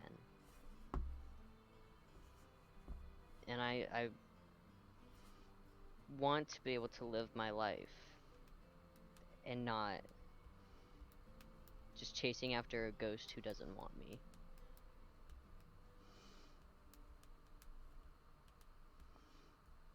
Heidi is gonna like do this and then hug him. I'm just kind of like, okay, I'm just gonna give him a hug. I'm sorry you felt that way for so long.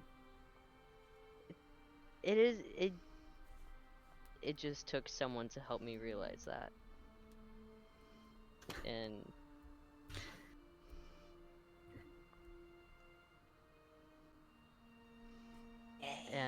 he just kind of goes quiet and his face is red, but he's just like back to his book. He'll kind of like quickly pull away from the hug and be like, "So, research." I guess it's my turn to pick a thingy. Business, numbers. Is this working? We are going to read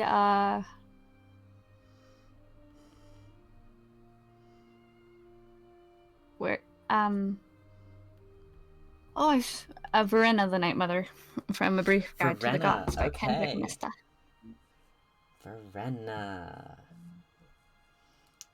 Alright. Let me just mark that as being read. Alright. Brief Guide to the Gods by Kendrick Mista. According to myth, Morwenna is one of the third generation of gods. Morwenna is the only child born of Zarena and Isoi. Morwenna is the personification of death, winter, and fate. Offerings to Morwenna include such things as black animals, night-blooming flowers, moonstone, yew, poison, garlic, and silver. Historically, if one were to petition Morwenna, they were to bury their offerings at the crossroads 3 hours after midnight. At a three-way crossroad. 3-way crossroad 3 hours after midnight. Morwenna's greatest duty is to guide the souls of the dead to their designated afterlife, working closely with Tammuz. Her role is not to judge the deceased, but simply to guide them. Her worshippers tend to work closely with the dead by providing funerary rites, aiding loved ones in the deceased, or caring for graveyards. Many of her temples take the form of mausoleums. The ruins of her largest historical temple can be found in the southeast of Raven's Reach, overlooking the South Sea. Morwenna's tenets are: grieve the fallen, but do not pity them, for death is the natural end of life. The path of fate is sacred. Those who pridefully cast off destiny must be punished. Death is too good a punishment for those who pervert the rightful transition of the soul.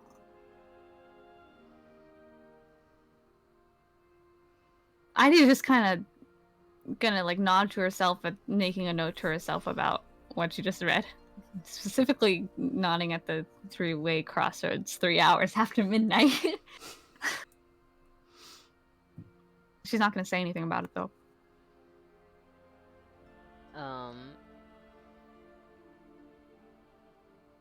Oregon's gonna go. Not Oregon. Kellam. Oregon just takes over the body for a hot sec. Yep. He said, "My turn." Relatable. Kellam's gonna go to Tammuz, the jailer. This is the one I've been the most excited for. As soon as you started getting excited and dancing, one of the Undertale songs started playing in my head, and it's like determination. And it was just like, oh, that's there we go. This is Ambrose's dad. Yes, it is. Is this really? Wow. Or Steph.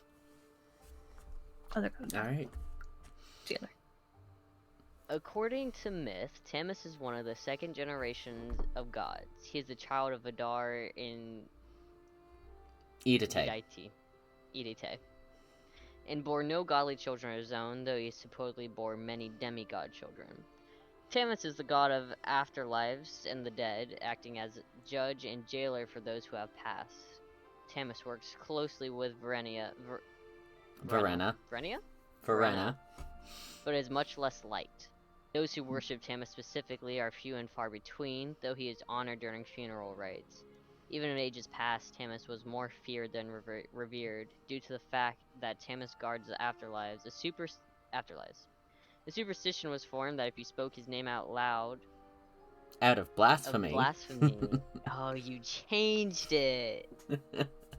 Damn. He will burst from the ground and drag you to the Kukados for an eternity of for an eternity of torture. His tenets are death is the lot of all mortals and must be accepted even if it brings grief. Exercise patience in all things, for all mortals will serve death. Boast not of your works, those who need not to know of them will know. Damn it. I wanted to see if it was true. You can still try. Okay, he read that out loud, and then he's gonna look up and look at Eddie and be like, yeah, fuck Tamus, he sucks ass. I'm just gonna...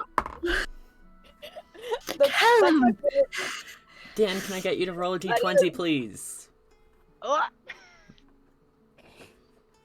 Rip, Dan's gotta roll a new character.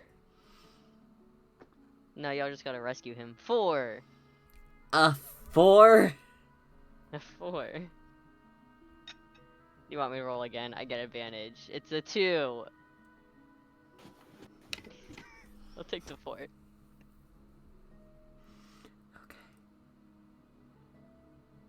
You feel the ground under your feet rumble. It was a joke! I'm just joking! Can I roll in athletics?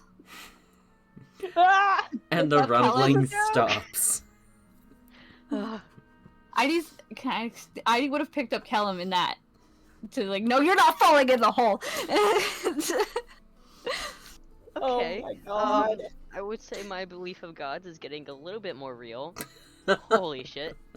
I'm sorry, Tamus. Yep. Don't do I that. am going to go ahead and say that on a 1, Dan would have needed a different character for a bit. Oh my god. Oh, I love it. I love it. Below 10 was just a minor earthquake. Oh. Nice. Alright. What next?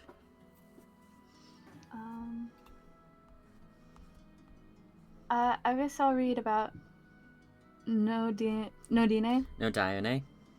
the heart holder. Okay. This is the According to- longest excerpt. Oh, sorry. Nice. According to myth, Nodione was born when the severed genitals of Muses hit the waters and of the ocean and dissolved into sea foam, making her the only god save primordials without a mother. Nodione is the personification of love, beauty, desire, sexual pleasure, and fertility. Unwed, Nodione has affairs with most of the other gods, most famously with Charis, the old god of violent anger. Nodione's affair with Charis was reported to have come from her desire to lay with someone as destructive and violent as herself, for with him she could truly be herself. Nodione felt every emotion to its full extent, both positive and negative, often allowing them to cloud her judgment. Nodione is the shape-changing goddess and able to see into the hearts of those around her and morph into her visage into that which the viewer desires most. It has aided her in most her famous and tragic romance, that of a young elf named Zethemar. Zethemar was saved by Nodione as a babe and raised by Isoi in what was now known as Hjaltland. When she returned years later, the babe had grown into an exceptionally handsome young man, and Nodiane instantly fell in love. She asked for him back, but Isoli refused. Otis intervened and settled the quarrel by having Zethamar's time split between the two goddesses. However, Zethamar preferred Nodiane, and she preferred him. Having witnessed the romance, Karis was filled with jealousy and sent a tigress to kill Zethamar, and he bled to death in Nodiane's arms. Golden roses sprang out of the tears of Nodiane while she was mourning the death of her lover. Followers of Nodiane seek to bring beauty to the world in many forms, all of which are pleasing to the senses. Offerings to Nodiane often include dolphins, roses, doves, golden mirrors, and swans. Patrons at establishments dolphins? at Fuck yeah, I'm establishments worshiping this goddess. Let's kill some dolphins. often devote their acts to her. Nodiane's tenets: follow your heart to your true destination. Encourage beauty wherever you find it. Do not hide yourself away in shame, for your emotions are your truest self. This is nothing about spring, and that's what confuses Heidi. Are you sure it's spring in particular? Like the season? I don't know. Yes. What happens in spring? You know, Flowers. Love. Okay, never mind. I was right. Okay. It's just every other god that was listed or goddess had the season with them in their little excerpt. So that's what was confusing. So let me get this right. The balls are spring. In love. In The romance. sea foam And balls fertility. And sex. are okay. Makes that sense. makes sense. Yep. I support the balls. The balls are fertility.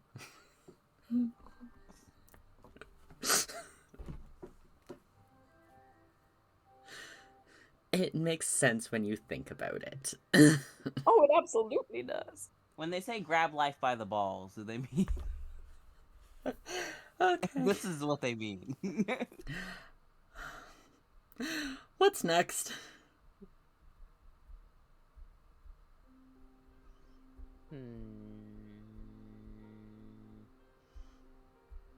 When do you think Morwenna and Malik will arrive in the library? This has been the past 3 hours until Morwenna and Malik get here, so it's gonna be some time. We only have a couple more guys, I promise. We have Okay. a lot of questions. You had so many questions.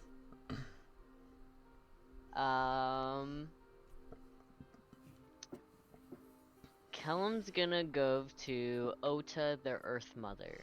Alright.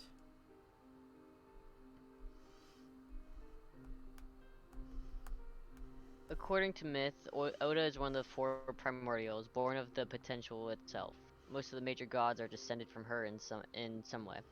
Ota is the personification of the earth itself. From wild beasts to peaceful forests, all fall under Ota's domain. Offerings to Ota include corn, mint, swine, and poppies. Throughout myth, it is believed that each of the uprisings of the gods has been orchestrated by Ota, first against her lover Umisis, and then later against her later against her child Vidar.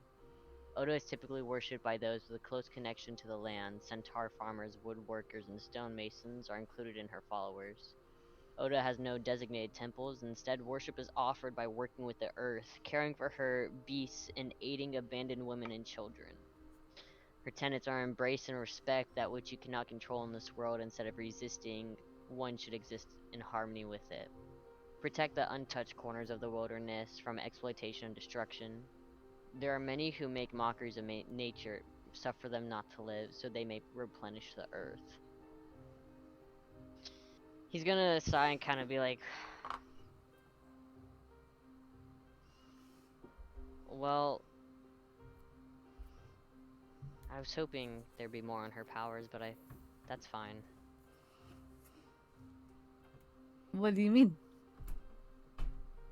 Well, if I remember correctly, the Moonbow mentioned that a more powerful god or someone might be able to split Orion and I.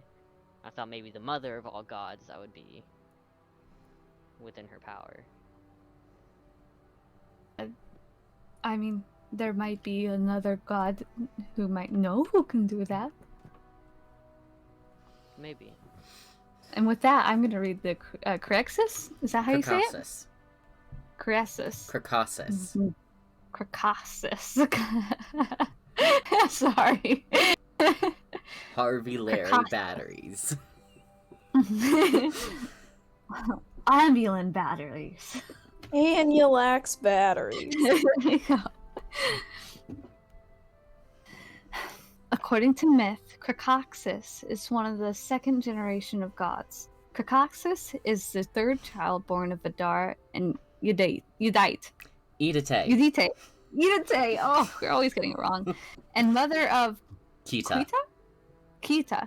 Crocossus is the personification of foresight, knowledge, skill, and prophecy. Her oracles are spread across the lands in many of the major cities. According to myth, Crocossus gained control of the oracles from Ivanke, who in turn gained it from Ota. That also Ota would know too, kind of. Okay, Crocossus brings structure, order, and discipline to research of history and the arcane. She aids in granting understanding of historical relics to mortals, as well as keeping her own archive of records in her corner of Droth. She is known to extend her knowledge to mortals deemed worthy by passing her trials. The followers of Crocossus are devoted to knowledge in some way. Scholars and wizards look to the Watcher for lore, guidance, and many of her temples take the form of libraries or museums. Seek the perfection of your mind by bringing reason, perception, and emotion into balance with one another. Condemn those who lie without moral cause. Never stoop to the level of selfish liars. Unmask those who seek to destroy knowledge. Learn their secrets, unveil them to the world, and blind them with the light of truth and reason.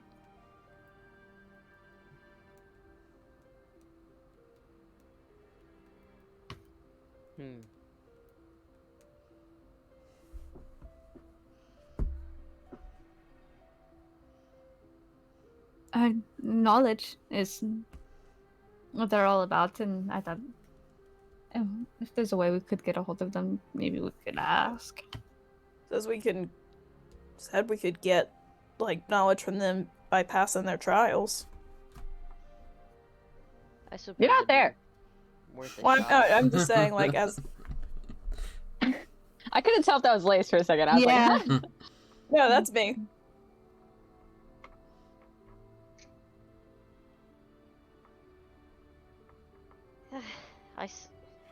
I get it. I suppose it's worth a shot. Can't hurt. It's not like I've got anything else to go off of right now, so. And Kellam's gonna shift to Oda's Rest. Oda's Rest specifically. Alright, so this one is just a small little book by Libby Stone. That's an N, not an R. It looks very handwritten. I mean, most of these are handwritten, but this looks to be written by someone younger than you. Not younger than you, but oh my god, I'm not describing this right. Written badly. That's the words. Like Gotcha. Badly Child's book and report? excitedly. Like a book report? Sort of, yeah. Like this is like a kid's research project? Pretty much.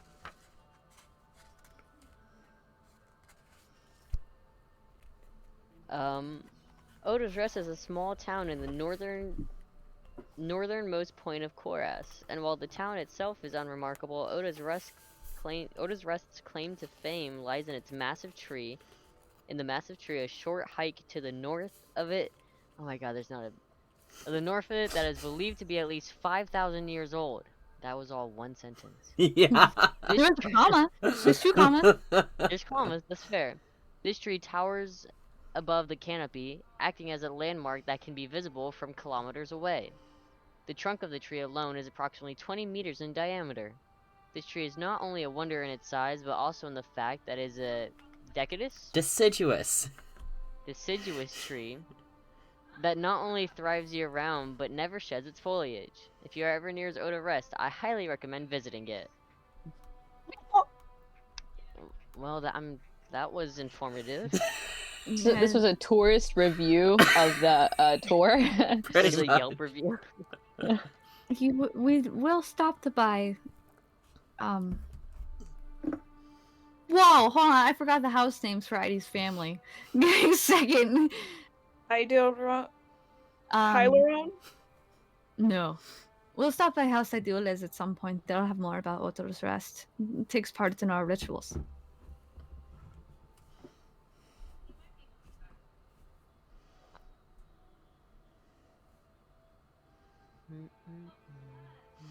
Alright, left you have Delos, Aone, and the single excerpt from the Compendium of Monsters. Read Delos. Alright. A Brief Guide to the Gods by Kendrick Mesta.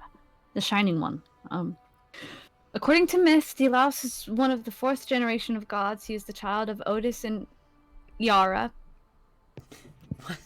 And his twin brother of Ione. Iara. I tried saying that. It just came out of Yara. And I was like, oh, okay. Delos is the god of sun, summer, light, music, poetry, healing, harvest, and plagues. Offerings to Delos include lemons, medicine, gold, poems, mice, and honey. Delos often supports those in need and is the deity most commonly worshipped by ordinary people. The most loyal of his followers devote their life to healing the sick, aiding the downtrodden, and caring for the infirm. His temples can be found in most cities, and many of them double as homeless shelters and soup kitchens. The largest of his temples can be found in Nishal. His tenets are, know thyself by understanding the self, you can be better aid those around you. Partake of nothing in excess. A pledge is the daughter of recklessness. Take care not to lose yourself to others.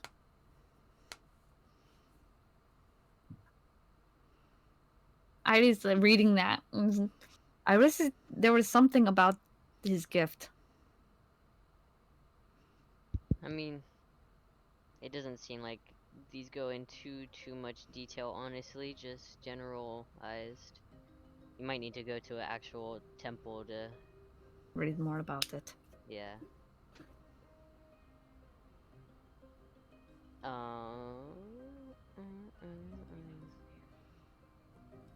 You can do Ione if you would like. Vampires is a big one. Are you gonna read the vampires? Or Havoc. I will read the Okay. vampires. Huh? I will be reading the vampire one. Oh, perfect. Did you want to do Aone first? Yeah. Alright. One of you Do you two. You want me to read it, Dan? Go for it. Ione the Moonbow. According to myth, Ione is one of the fourth generation of the gods. She is the child of Otis and Irarend, and is the twin sister of Delos. Ione is the personification of the moon, the hunt, autumn, illusions, and trickery. Ione is believed to be the creator of the first lycanthropes. Offerings to Ione include rabbit, red wine, wildflowers, ivy, wolf teeth, and boar tusks. Ione is believed to have been one of the gods to sacrifice half her power to seal away Vidar and his followers. Not anymore! She has it back! Ione is the preferred deity among the night elves of Rayleigh, with her largest temple acting as the center point of Natirin. Ione's tenets are seize your own destiny whilst pursuing your passions, overcome your fears to welcome new experiences, keep your aim high, and never settle for weakness. Sounds like she's got a good head on her shoulders.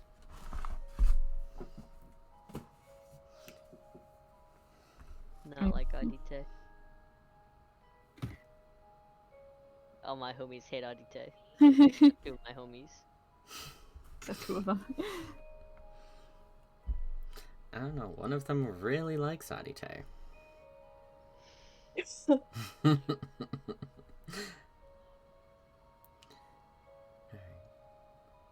Kellam, you're the one to pull aside this Compendium of Monsters book. What are you looking for? He's looking for any sort of history of soul splitting, seeing as he believes it's because half human, half vampire, so he's looking for just any sort of history or if anything ever came of trials or just really anything about vampire slash half vampire The- conditions. The tome does not have anything on soul splitting, considering this is a book of monsters. Yeah. But there is a decent-sized section dedicated to vampires specifically. Do you wish to read further? Yeah. Alright. Within Dervla, there are two types of vampires, those that have been made and those that are born. Made vampires are the most common of those two by far and can look just like you or me, save for a few key differences. The eyes of a vampire are often brilliant in hue and can resemble precious gems or metals when they're hungry. These eyes can resemble sapphires, emeralds, topaz, amber, amethyst, rubies, silver, gold, even obsidian. The second key difference would be the fangs. Vampires have a retractable set of fangs that they use to puncture through the skin and muscle directly to the veins of their victim. Normally this would be an excruciatingly painful process, but there is a property in the saliva of a vampire that causes this experience to be a pleasurable one. Vampire venom acts as an anticoagulant, allowing the vampires to feed as long as it desires, while vampire saliva on its own has minor healing properties which aid in the healing of the wounds. When a mortal undergoes the transformation, the biggest change can be found internally. Vampires have specialized internal organs to consume blood and absorb its nutrients, specifically oxygen, something mortal organs find impossible. Once the body has died, the vampiric blood causes the mortal organs to wither away while replacing them with these specialized organs. This process takes approximately 3 days, during which time the body must remain stationary. Tradition dictates that the body is buried for this process, however, the body will still transform if exposed. Once a vampire has completed its transformation, they must feed, fully draining their first victim. Without blood, the vampire will suffocate and die. Born vampires are extremely rare, but you're beautiful. That was supposed to say dutiful. Your dutiful monster researcher have been able to study one. According to my subject, born vampires were the original vampires created during the Second Age through an ancient ritual performed by a sorceress who craved eternal youth. Her offspring became these vampires and called themselves Immortui. These Immortui have decreased sensitivity to heat and cold, reportedly only feeling temperatures above 35 degrees Celsius and below minus 35 degrees Celsius. Much like made vampires, these Immortui also possess gem-like eyes when hungry. However, Immortui possess a double set of fangs instead of a single set. In addition, Immortui hair is often thicker and grows faster than mortal hair does. Immortui nails follow an unusual growth pattern, with the center of the nail bed laying down a greater thickness at a faster rate, which involves naturally sharp, pointed tips. In addition to the physical qualities, Immortui seem to be able to alter their physical shape at will and possess some modicum of psychic abilities, ranging from telepathic speech to traveling through dreams. It is also believed that Immortui can fully stop the aging process. However, I believe that they are simply able to significantly slow it down. At a first glance, it seemed as though my subject was able to consume regular food. However, she vomited what she ate a few short hours later. Not only was her body unable to process food, after 3 months in captivity, she regurgitated a small red gem. This gem resembled the bloodstones I had seen around the necks of many noblewomen. However, upon alchemical inspection, the gem was in fact a crystallized clump of blood waste, the parts that served no nutritional purpose to my subject. My subject requires a minimum of 250 milliliters of blood approximately once a week, though she was able to survive for up to 2 weeks before showing signs of suffocation. She grew increasingly irritable and animalistic the longer she went without blood. When she was finally permitted to feed, she required much more than before and fully drained the volunteer before she was satiated. My subject hinted at a secret civilization of Immortui, but refused to elaborate on where it could be. Having reached a stalemate, she was disposed of. Vampires can be killed via wooden stake to the heart, decapitation, incineration, silver, and celestial power. Vampires might look and act like us, but do not let your guard down. They are monsters, abominations of nature, and should not be allowed to live. Oh, we in trouble. Good thing I'm undead. Also, does that mean that that if Kellam really waited, he'll just choke up a random crystal and be like, "Ooh, pretty." Pretty. I love that they make like owl pellets. There's passionate specified that immortized. So Morwenna could hawk up one of those, and we're like, I want to say I just imagine Kellam like, what the fuck? It's like a hairball. Yeah, Kellam, it's kind of off-put, and he's like, I think I'm done on researching today. I was reading a little bit. probably winced and was reading over his shoulder. Winced as soon as the last line was read over. And Kind the of. door opens. Probably would have heard it. Malik and Morwenna. actually, I had to say one more thing before walking in the door, right outside the doors Okay. to Malik. Yeah, just a small little conversation. So they're walking back. I feel like for the last couple minutes, Morwenna has been quiet. You guys she were was talking definitely right upset. up to the door. Yeah, I know, but I was wondering if we could redact it a little bit, say we were like almost there. Because I didn't fully remember where we were anyways.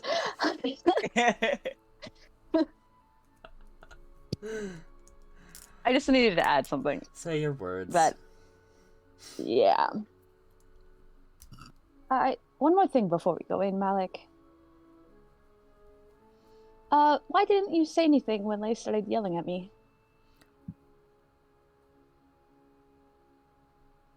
Not Lace and Morwenna both mad Malik didn't take their side. No. It's not that.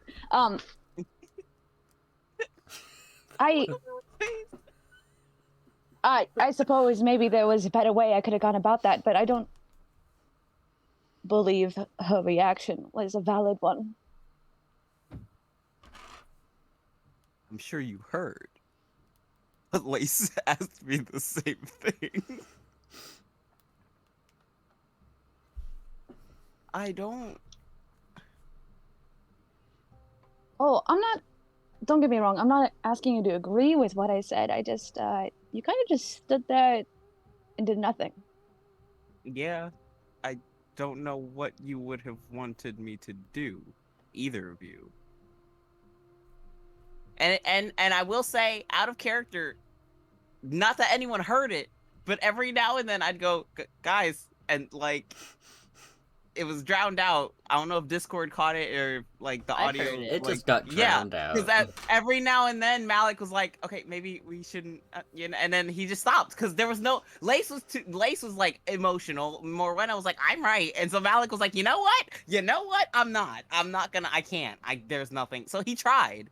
He didn't just stand there the whole time. He did. Yep. Morwenna wasn't paying attention to that. That's not why. To Morwenna, you kind of just stood there and watched it happen and was like, I feel like I was wrongfully yelled at. And like, I don't care if you don't agree with what I had to say.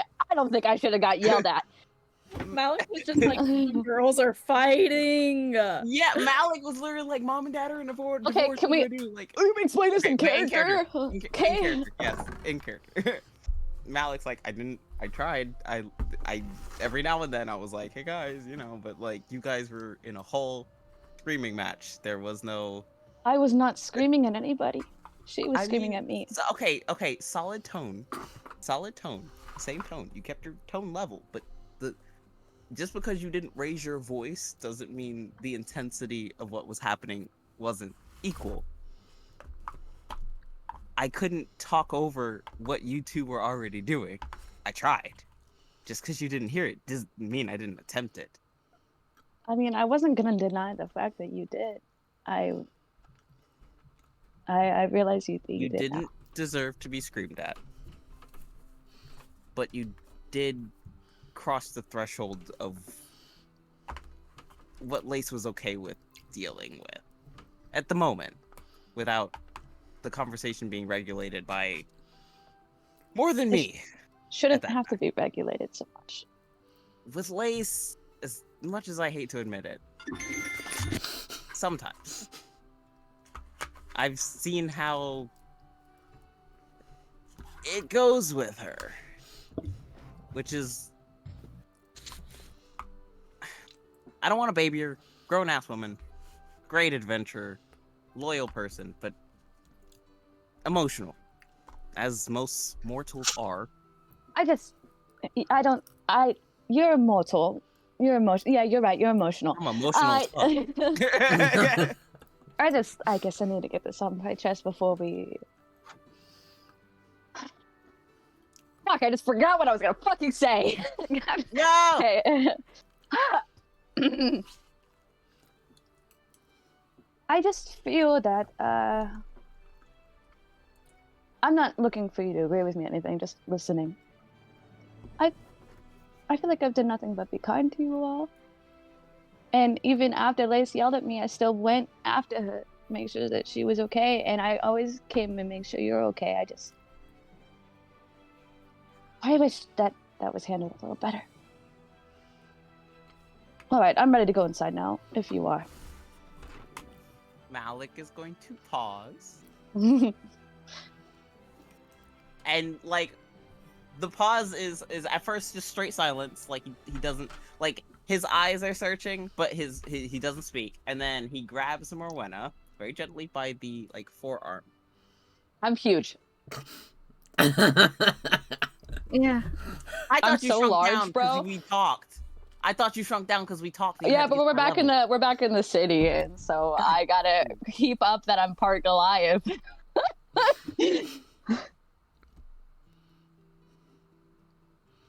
Does a little awkward. Now this makes the hug awkward, but there is a hug. No, it doesn't. It's still a good hug. It's You're genuine. Just, It's a just genuine. used- It's a genuine hug, but if you look at it like the way my brain is making Okay. the scene look, it's awkward for me to visualize it. But You're it's just not used to genuine. being the smaller person in the hug. So No, you're just I'm getting- not. So you're having to hug me by the waist, and I'm hugging you around the shoulders. Moana's hesitant, but then she does hug back. She does appreciate it. Oh god. I just had such a vampire thought for her coming to my brain. Like, oh yeah, I forgot hugs could be so nice. Like, like... All right, you ready to go inside? Yeah. He just pulls away as I can. All right, you can go inside. Pat on your head is walking. All right. He's immediately embarrassed. And as you guys No one saw push that. open the door to the library, and Eide and Kellam have pushed away the Book of Monsters, that's where we're gonna go to break.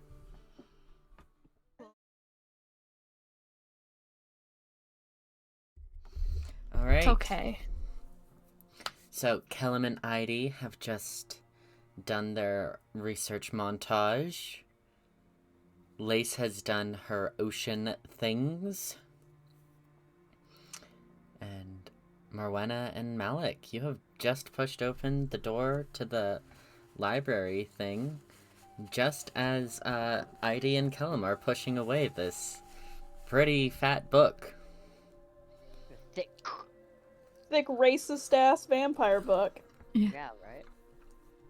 It literally says it's a compendium of monsters, guys.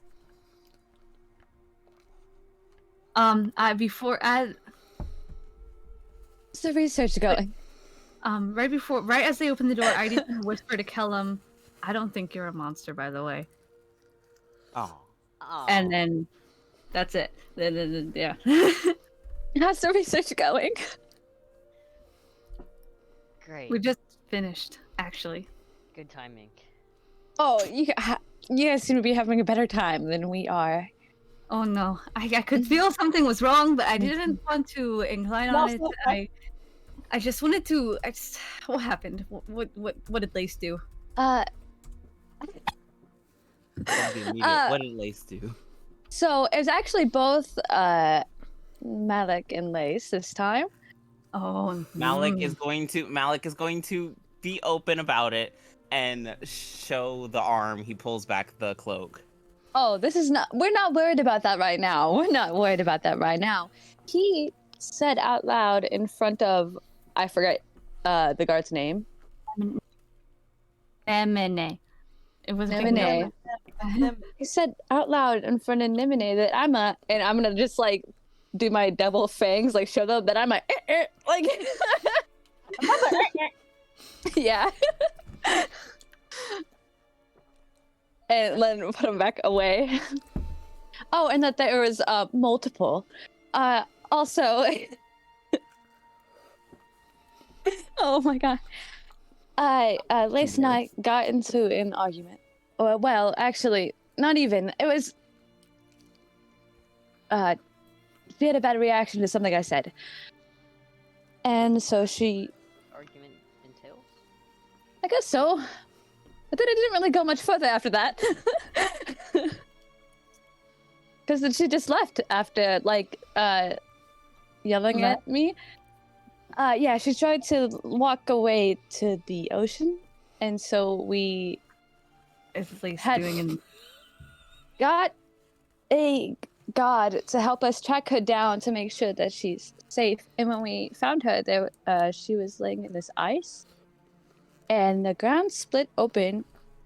And Lisa and I were moving very slowly, and I was trying to get her out of there, and I was ready to warp her out. And then Malik asked for some help, and then that's how we got out of that. Kellam's gonna look at Heidi and be like, "Do you think it was Tamis?" I think we actually split the ground. That's so funny because that happened before. I don't think that was related. It would have split here, not over there. Fun fact, the earth rumbling was at approximately the same time. So we wouldn't know. Huh. Maybe it was Tamis. We're not gonna talk about it. Why would he grab them, not you? You know, maybe it's not like in an exact location. Maybe it's like an approximate, like the big circle. Maybe he didn't realize where you were. You didn't say enough bad Why things. are Don't you say any guys more bad muttering things. like this? Why are you guys muttering? What's going on? Why are you look freaked out? Don't Nothing. talk bad about Tamis. Don't even say that. Don't even worry about it. Why don't you just literally do what Heidi is saying right now? Yeah, I- okay. No, Alright. just Okay. Yeah. I was gonna talk shit. Of course you were. We're not wrecking my home. Two, we're not even going to bring up we didn't the do fact anything. that you said what you said, because as soon as that gets around, I'll be hearing it from my parents. Oh. Word that I'm traveling with won't be well. Where is Lace? At the ocean. Ocean. God. And She no, refused. she's bleeding in front of my guard. She bleeding? Well, the guard She said bled at the other she- tribe. That's what she did. She had to cut herself open when she was in the ocean. Why? What else would she be doing? We didn't know that. Bleeding in She's- front of my guard. This No. is Well, so the much guard- worse than Malik's at the moment. The guard said that she would provide her privacy. How much privacy is beyond what I really know that she was Probably actually... none. I mean, I mean, I don't know. These guys seem a little more respectful than we give. We had- My family is going to believe I'm friends with people who do blood magic. And, You are. looks at Kellam they like can't know that. They're not supposed to know. You're supposed to be kind of normal, guys. I expected you to do one thing. look at how No, tall wait, I am. Eidelia, to be quite frank with you, they can't expect you to go out and travel the world and learn and educate yourself about everything and not run into this. Gestures to the group vaguely. You're not going to run into normal people. That's But they not. don't have to.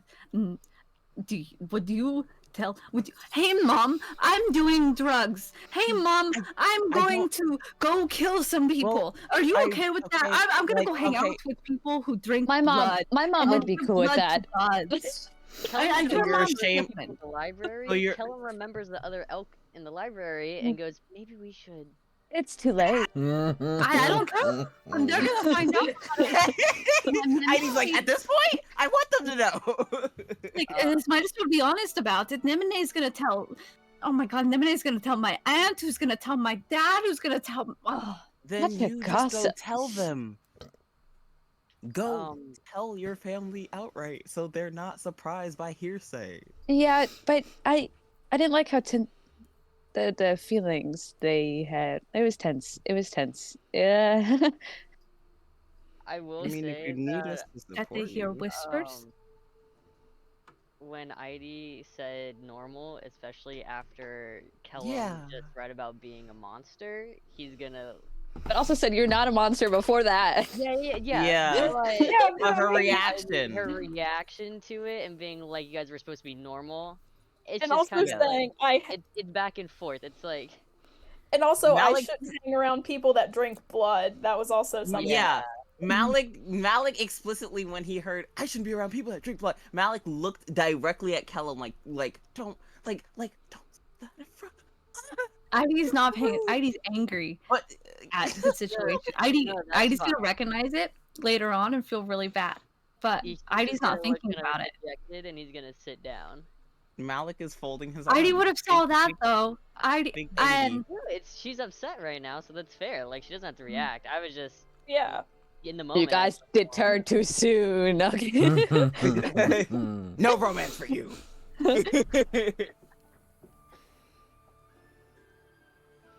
No romance. Ivy's gonna stop talking and it's just like, and it's her turn to run away. She's gonna leave the room.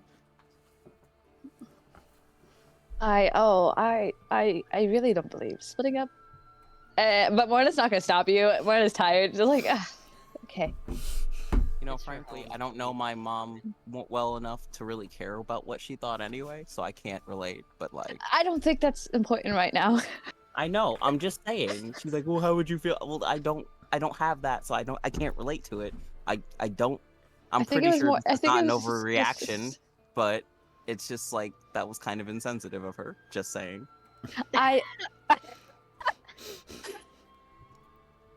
I mean, you like.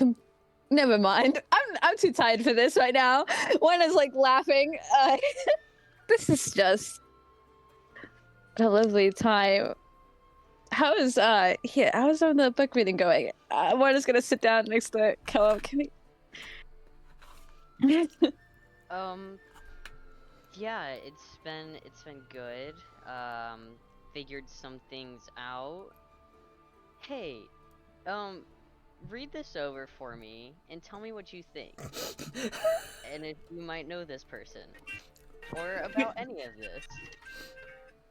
And he's gonna slide over the vampires, and he's gonna slide over the Beauchamp and the Luthers. Okay.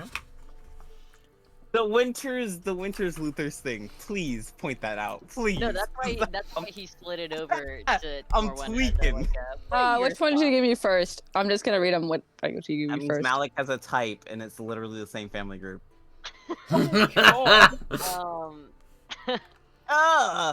The God. first one would be Beauchamp, and then Luther, and then Vampire.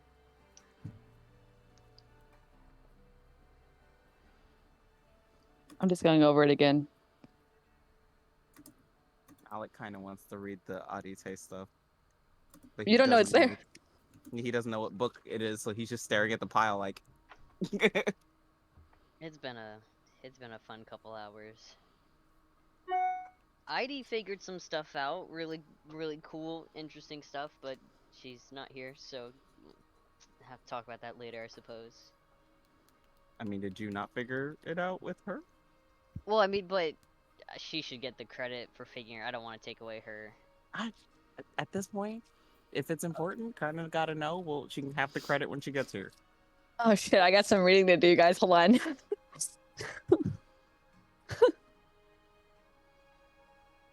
You don't gotta tell us like everything y'all figured out, just like a summary. No, Well, no. This is what I'm bringing to the table right now. Hold on. Oh no, that was like in character. Malik was like, you don't have to tell me everything. Oh. Just...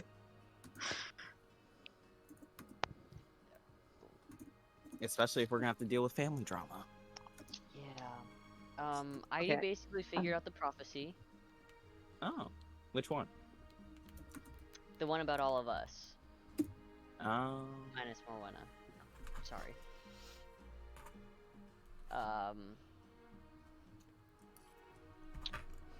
So that's cool. We've learned more about the cults, about the history of this world, about Audite, not much though, but a little bit.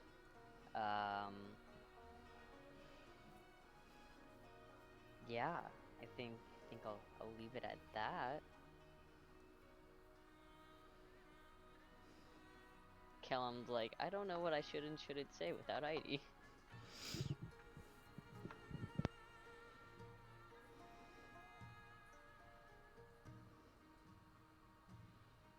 What do I know about the Bouchamp one?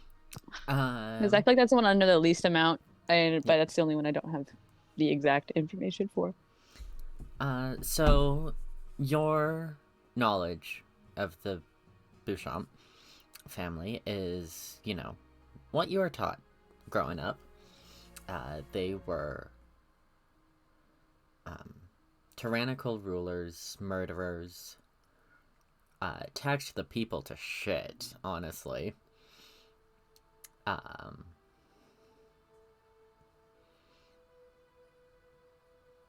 Most of them were blue. I'm blue. Da, da, dee, da, da, da. Let's see what else.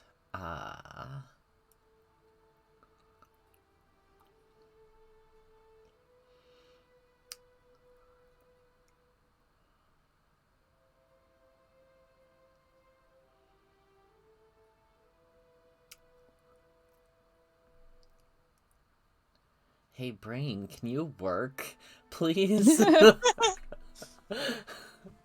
I swear, it's just the fucking dial-up noise. Same brain cell. Words, please come to me.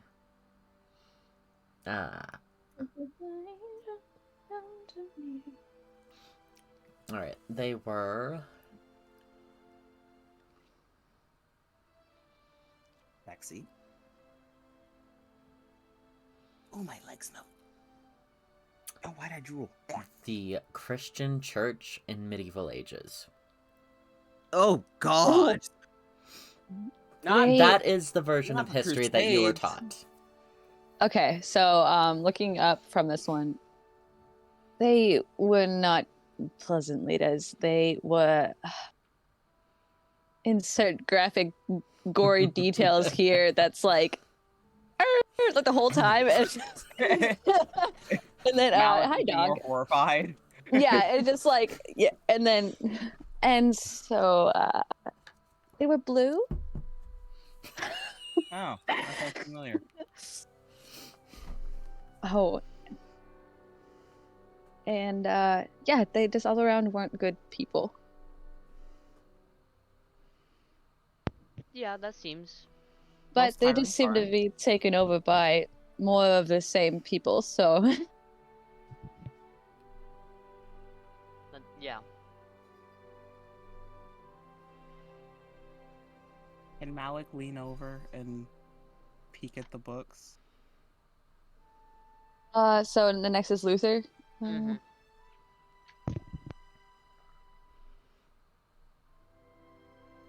I want him to read the Winters Luther quip and like think about it. Okay, actually, Moana's gonna look up at Kellam from this one and put her hand on the passage, like, what are you exactly looking for? Oh, I'm not looking for anything. I just thought you might be interested. Dog, in dog, reading dog, more as dog, well. dog. Dog.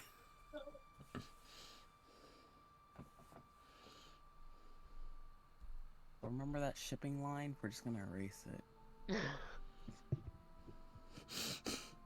Not the Sweet Home Theobassin. We're not doing that.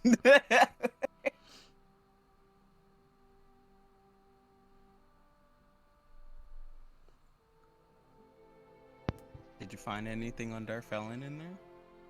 Oh yeah. Like what? So sorry. Okay. What were you saying? I don't really have questions or anything on it, really. I was just figured you might be interested in reading it. You don't want to know more? Me personally, I don't care. I just thought, I mean, you can tell me more, but it'll just go in one ear and up to the other guy. So, even though that these people may or may not be your enemies for who knows how long, and it would probably be better to learn more about them so you can use that stuff against them, you're just gonna let's shove all that stuff away? Well, if You're speaking to Kellam here. I know. I think that it puts you in Kellam doesn't danger too. Yeah, but I don't consider the Luthers and people my enemies, because I don't care about that stuff. I'm hoping Orion and I get split before anything even happens. But I feel like you'd still be a threat to I them. think they're not kind to you. It doesn't change just because You don't care. they don't care about that. I think you should be more worried about your own safety. I mean, what are they gonna really do that my mother hasn't? I mean, I don't know what your mom did. I mean, Kellam, as much as I think you hate to admit it, I feel like to some degree, your mother probably has held back a lot more than you think she has. Like, you're thinking like, oh, she's horrible. This is what she's done. She could be worse. Honestly, I don't care about the emotional part of it. I'm saying that you should just be weary of your I'm not saying enemies and learn emotionally. about them. Anyways, No. so I mean, why don't you be gay now? I guess that's a perk. I was like, I gotta skim it again. I gotta skim it again. No, we found stuff on a Darfellan pod and about Eidelia and the Darfellan and sorry, the Tenebrous Darfellan pod. Havoc, that does not ring a bell to him, does it? Nope. Because Malik you made the blinked. deal. Malik's just staring. And blinked. Lavalha. I think Mother? you would know that that's your mom. Oh. Yes. Mother dearest. Yeah, she was from Tenebrous. Oh. There was a prophecy about you. We assume. Well, yeah, no, she confirmed that one. Okay. So you know that. Mm-hmm. The barriers of Tenebrous broke, and most people were crushed under the ocean's pressure. A couple of them escaped, but most of them died. That's the fountain vision I had. The one I told you about. Mm-hmm. Well, Fen, but I eventually told you and Orion. So yeah, saw that. A lot of Darfellan apparently worship Eidelia. Didn't know that. Does it say why? He's the sea. The- Come on. Used to. I am going to interject and say that you are pronouncing Adite wrong. Thank you. How am I supposed to pronounce it? You are going You're saying- Adite, it's Adite. Adite. Adite. Emphasis on the Adite. first syllable, not the second one. Adite. Adite. Adite. Wait. Adite. Adite. Adite. Adite. You're putting more syllables in there than Adite. it needs to be. Adite. Adite. Default. Adite. I'm saying it the same There you way go. you are. There Adite. you go. Yeah, That there you last one. go. How Yeah. was I saying You're just it? putting the stress said- in the wrong place. You like automatically go Adite. Like it's just Adite. immediate. Adite. There you In go. your defense, most Canadian pronunciation puts emphasis on the first syllable and most American emphasizes the second. because the second's the best. First is the worst, second is the best. USA! USA! Let's go! Tyranny. So I do have something I can offer, I guess, about the Luther passage. I didn't read the third one yet. There isn't much history here due to the fact that Luther had taken a whole bunch of vampires, taken them all the way to their little safe sanctuary in Portland. And so taking all of their knowledge and stuff with them. Oh. So if we went to Portland, there'd probably be more information on it. Oh, there would be everything on it. Entire history works. But I feel like there'd be more eyes on us, especially you. Cause I'm so sexy. All right, Kellam, we're just gonna ignore that happened. So Malik- how many removed cousins are we then? Excuse me? There could be more Winters. Dan, Yeah. I'm going to answer that for you. Oh God. Bro, I think There's a family tree. Morwenna's I feel like- actually his aunt. like this has to be like the first time Wenna's hearing about this because oh my god. This is gonna be traumatizing. Okay, Malik- so Malik- Hellawise Malik- Winters Yeah. was your No, I had it. great, I had great, it before. great, great, great grandma. Mm-hmm. So 5 greats? That's 5 generations. 3, Okay. 4. Yes, and then Morwenna is the same generation as you. So whoop whoop. So we're like 5th cousins. I think you're like first cousins. No, that's not how that works. That is not how that works. If you're the same generation from, oh God. Okay, we don't really need to get into this, but your first cousins. You Okay, know so your here's first the cousins family because tree. you have- Oh, it's bright. This You're is right, my that's very least bright. favorite kind of logic, so I'm just zoning out. Eyeball. Okay, so family Okay, can see tree. it. Orion is all the way down here, and then Hellawise Winters is all the way up here, and it's just the okay. same amount of steps down to Morwenna. But does that make us first cousins? That doesn't compute No. anything in my head because it's 2 family trees. They're not the same family tree.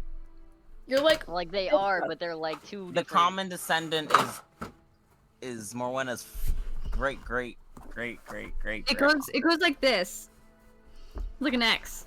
Like that's what it does. So we're not related then.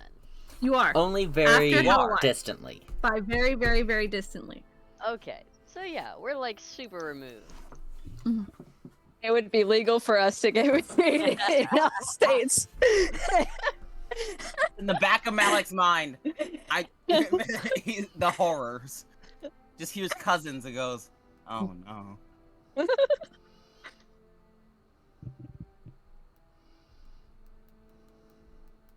I guess I never put that together that we're related. That's strange. I just How about I mean that Dana? makes sense, but I didn't.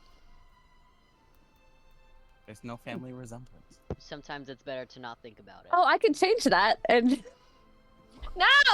Please don't. Just frantic. it. Do Morwenna. I turned into Kellam. God Yes. damn it. Just like, but like so, like, not the Orion variant, but in the other direction. Just like so, like maybe like lighter Timothy crewmate. hair. Timothy crewmate. Oh, and I'm still tall. No, I'm not tall. But now I'm the same size. Malik looks so distressed. Like subtly. Like, oh. Why? So this is how other people look at me. Good to know. This is Yeah. Looks at you. And then the vampire one, I was wondering if you knew anything about who the subject could be.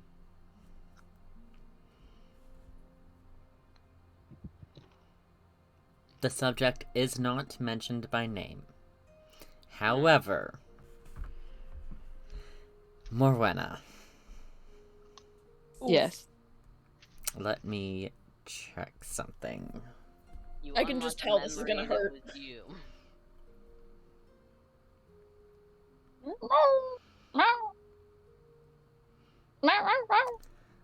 There were tales of a young woman, part of the Redfern family, Mm-hmm. who had gone missing and never returned about 200 years ago. Does that line up with the publication date? Yes.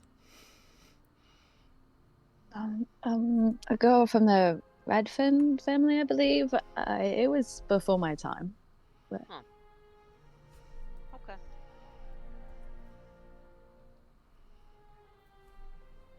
Well, I did. that's mainly it. We're just wondering your opinions on those.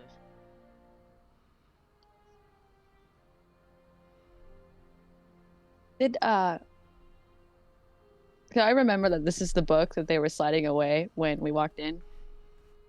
Yeah, I'd say you remember that. Jesus. Oh.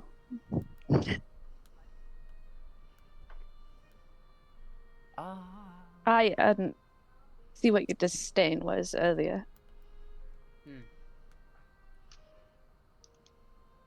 Yeah, I try not to take stuff like that too personal. Just sometimes it creeps in.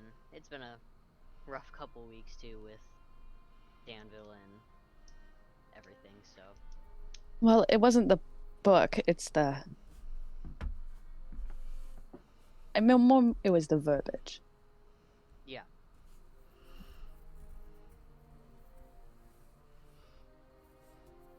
Malik not picking up on that whatsoever. It's okay. It's not his boyfriend right now.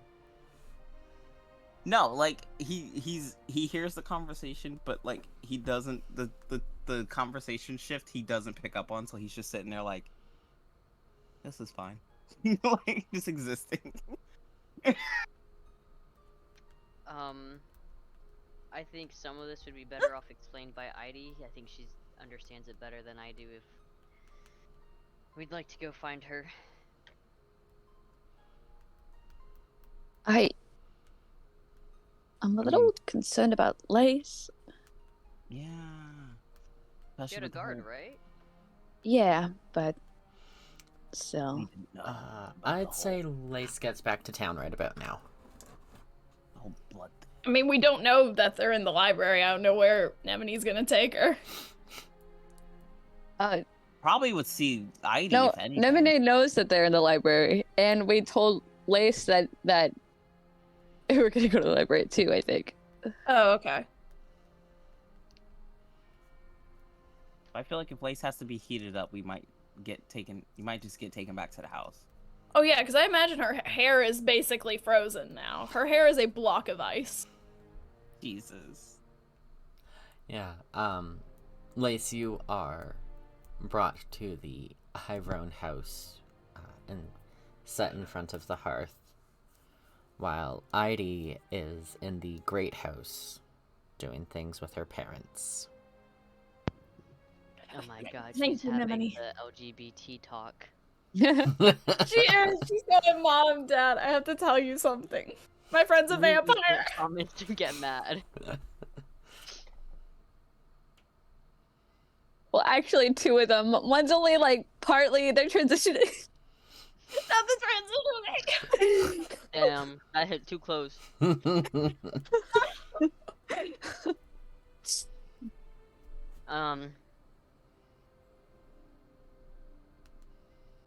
I guess Kellam would put everything back first. He would clean up their mess because he feels weird having other people clean it up.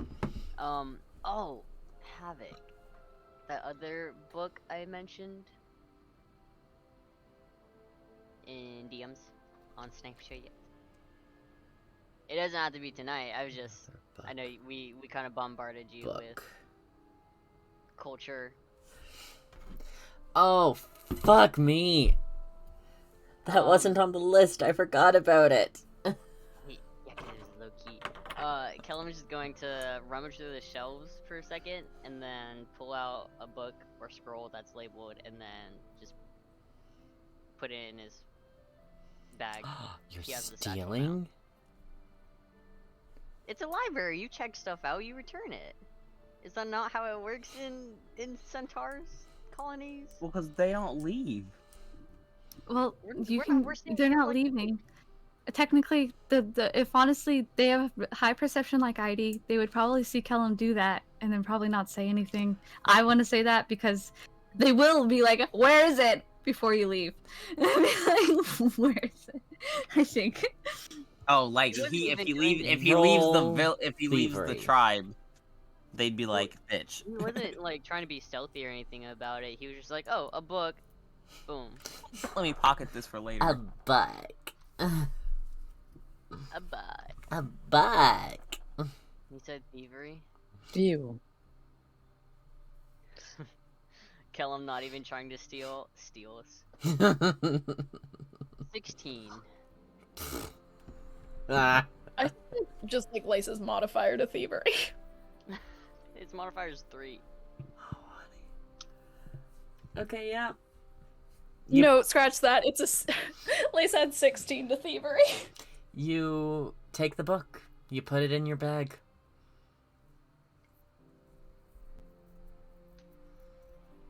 And you walk out. I'm ready. In hindsight, he probably should have asked if he could check out a book to return.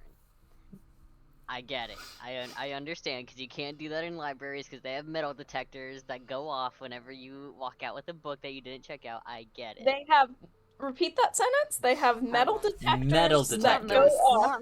Not metal detectors, but you know the things that they have stored. They have the little the strip Mhm. detectors. But that doesn't occur to Kellam. Kellam's used to pirate life. He's not used to research life. They have magic detectors that just go like the librarians, like something's not right. Something's not right.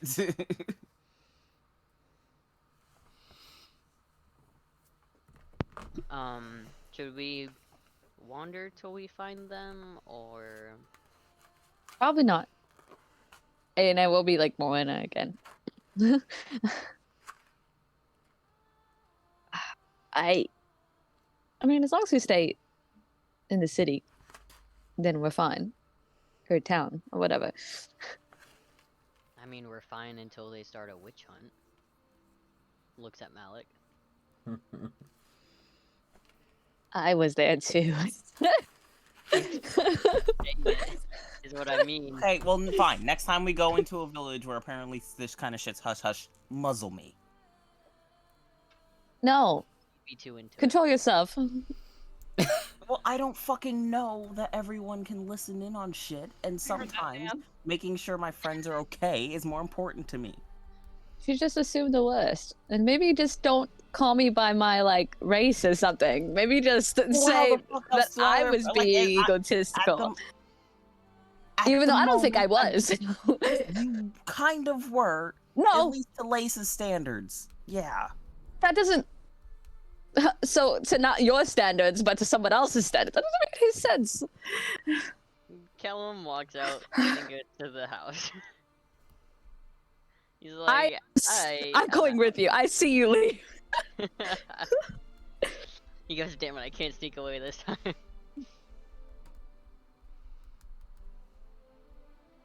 He's like, I don't mind if we argue. Can we do it in front of a fire? Because I can feel the cold here. Oh yeah, I forgot you could. It's very unfortunate.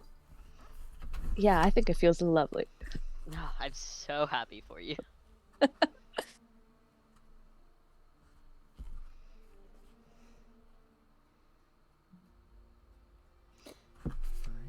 I I don't know where the talked house about is. you guys being Okay, hold on. This is gonna be insensitive. This is gonna be very insensitive. The one time Malik does some stupid shit like this, he's like, "I don't see what the big fuss."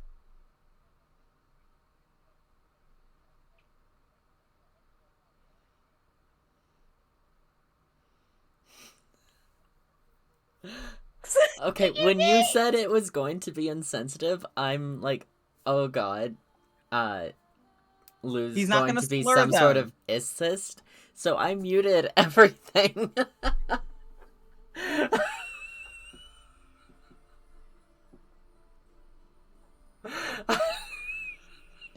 it's just Listen, you can be vampires. Thanks. The one black person in the stream. I'm kidding. I'm kidding. I'm kidding. Stop. This is a hate crime. I got my D20 to roll to punch Malik. Oh good. Let him finish his point. No, I know. That's I said I got it ready because I thought you were gonna say something worse than finger fangs. He wasn't gonna slur We all thought it anybody. was gonna be worse. I don't remember the slur that we were informed about. So you're good. I wasn't. He was never. That's one thing he would never. Remember the slur, so we're good. Oh my god.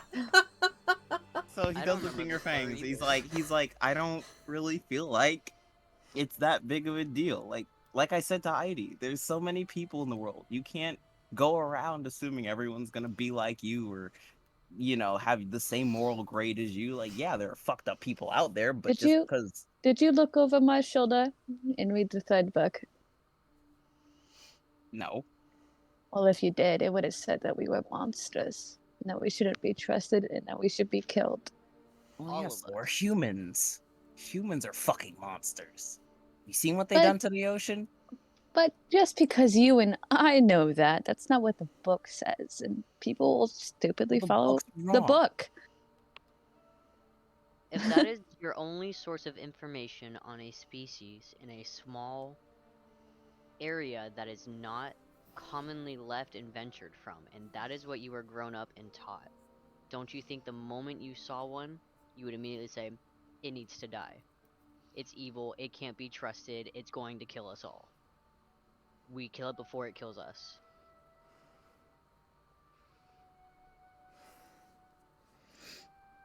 I can't hear anything Lou is saying.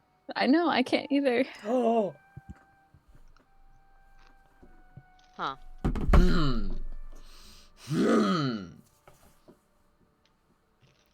Just things happening off screen, it's fine.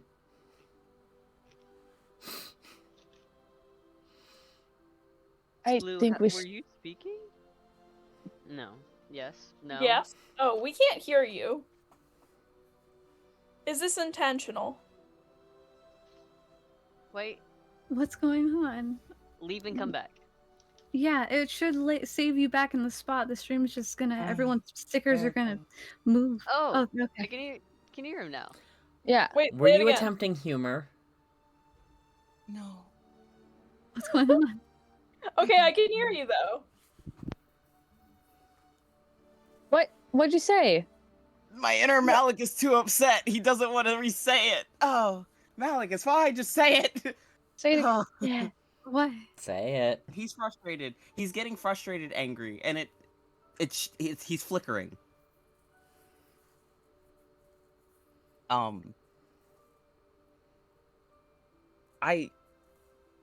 God. He's flickering rapidly. Tell me Now I'm exactly getting- your vibes, please. I need it. Frustrated. God, frustrated. Anger is there, but it's displaced. It's not like angry at someone, it's angry at something. And resentful.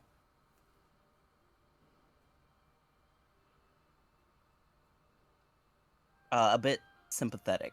Maybe, I don't think pity is there. I think it's more sympathy than pity. What were you gonna Um, say? Malik's just like, the more they talk about, oh, the book is the only thing they know, so they're gonna just jump the bandwagon. So the more he hears them say that, the more he's like he's the vibe screaming off of him is it's not a fucking excuse. It's like that's the anger he feels. And it's radiating off of him, and like every now and then his eyes, the black flashes gold. Hey, Malik, hold on. Look, just take a few deep breaths. Come. Come on. Not right now, please. Now he looks confused and hurt. That is the right time for everything, and right now it's not it.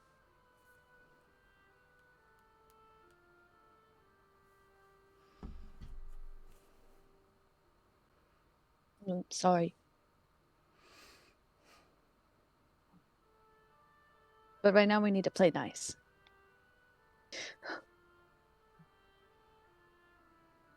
I'm not going to let playing nice means that they threaten my friends. They haven't yet.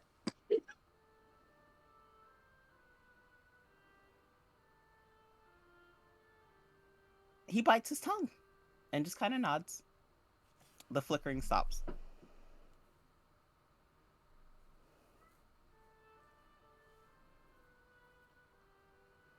Is there a bakery or something that's open right now? Just go by the house. She's a princess. They'll make you. No. That's not the point. No, we don't. No, you take your own. Also, Or like I want a to get back flower with the shop? group. Do we Like see a Lace flower yet? shop? Oh no, Lace is at the thing. Never mind. I'm dumb. There is a house of gatherers who would spend time gathering those types of things. That's what I was just about to say. Yeah, sorry. I'll meet you guys back at the house, and Kellam walks to the house of gatherers. Okay, cool. I can give you the house name. Hold on. It's Stephios. Yeah. I have it all up there. Good. Oh, you might. Oh, okay. Okay, so. Orion, you walk off. Orion. I'm so sorry. I read the word Orion and said the word Orion. Why are y'all talking about Orion? I was going back through my notes. Seems sus. Sus. I had to check Oh. family names of something. Ha ha ha. Alright, I hope it's Kellam, you are walking off on your own. Ida, Yep. you are in the Great House. Lace, you are in the Hyrone House. Morwenna and Malik, where are you headed? The house? Probably the Hyrone house. Yeah, that would make sense. Alright, so... Okay, this is a big yawn. Okay. So... Morwenna and Malik, you come across Lace. She is... still soaking wet in front of the fire. Her hand has been bandaged. But Jeez, did you try to drown yourself? her spread mark Liz. is visible. Ooh. It's not that. It's like bare. You said it's just up to her first knuckle. Yeah, so That's it's not like that this bad. Yeah, much. but even that much of her reaction, like, you know, when Malix goes, they're like, "Woof." And we're looking out for that kind of stuff. Like, It's time for Malik to overreact. No, he's not gonna do it. Oh my god! Lace your finger! I'm kidding. Thought I'd take a bath. Lace, are you hurt? Fine.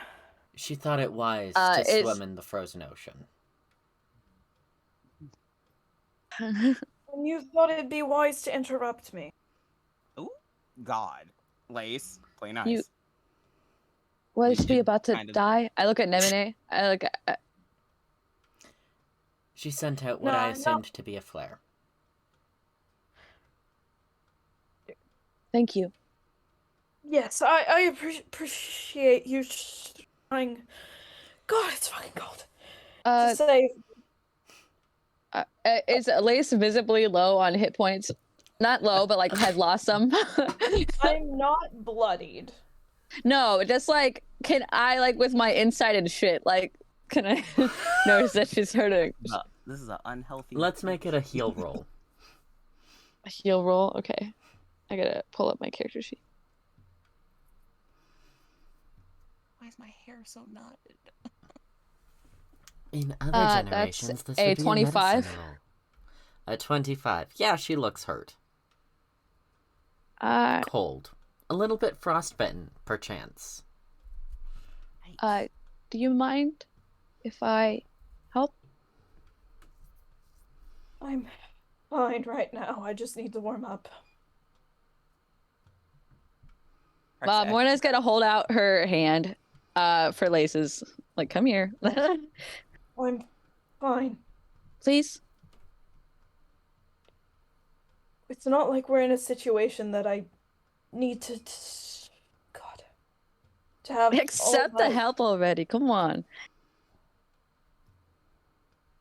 She's like trying the best to like smile really kindly at Lace. Malik, Later. staying quiet. I didn't hear what you said, Aiden. Later. It took 2 seconds, but okay. That's fine. There's some She'll put her stuff hand down. There's some stuff I encountered. I thought you need to go take a bath. No, I was making a joke about why I was wet. I said I thought I'd go take a bath.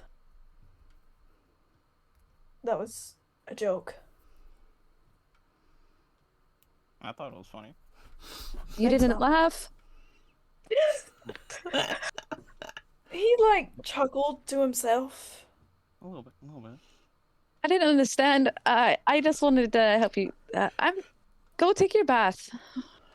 I don't actually need to take a bath. Yeah. Also, getting laced Oh the my babe goodness. is harder than. Well, what do you need it to warm up? Then what are you doing standing over here? Go back over to the fire. I am in front of the fire. I thought you got up. No. Okay, I thought Lace got up too. For some reason, I thought Lace got up too. Okay.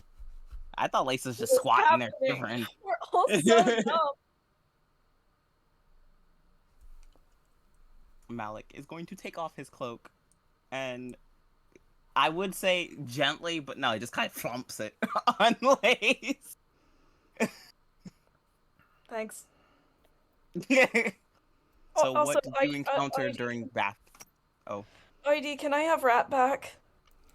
He's not here. Why did I think? No. Yes. Oh God, is ID going to a parent's rat tits? Yes. This is fine. Rat's not in Idy's tits. Rat is in Idy's pouch.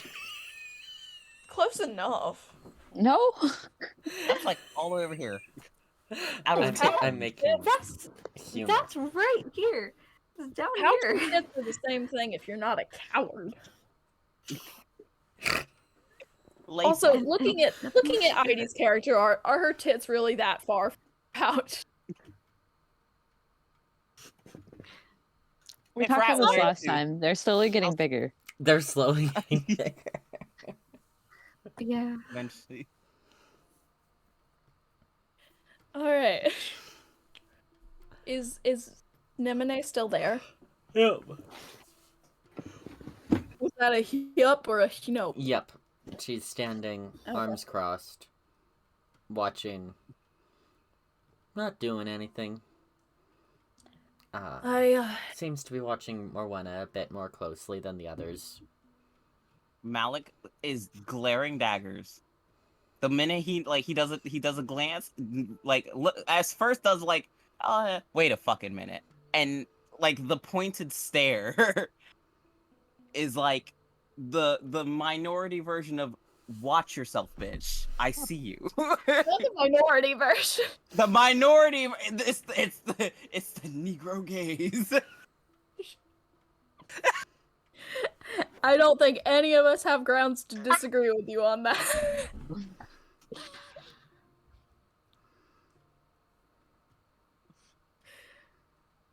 It's enough to make someone uncomfortable. I will say that. I found some stuff that might want to talk about with whatever research they found on things. In fact, Lace can sense her conversation with Malik can't. She's too frozen. She's too cold to be mad. Yeah, Adi left before sharing what she knew, but Kellam and I talked about some things. Where is she?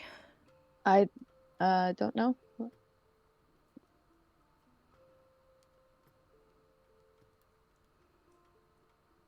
Then Kellam went off on his own too. I guess I can't judge for that.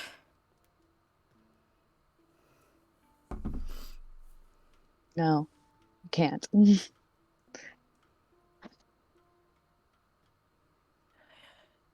They tell you anything they found that's interesting? Yes. Morwenna and Kellam are related. That's the most interesting fact. Is she still staring? Why wouldn't she? She's watching all three of you. Mhm. Okay. She's not. I want to say she's not specifically glaring at Morwenna, but like her eyesight would probably land on Morwenna the most out of the three. Can Malik subtly put his body between her line of sight with Morwenna? You can try. Yeah. Those two heights right there. The Goliath. Yeah, and Morwenna is the other taller than centaur. you. Grabs a chair, sets it down, stands on top of it, across the so. centaur. What chair? There is I no would chair. I will find a table. I will grab a whole ass table. Fancy house.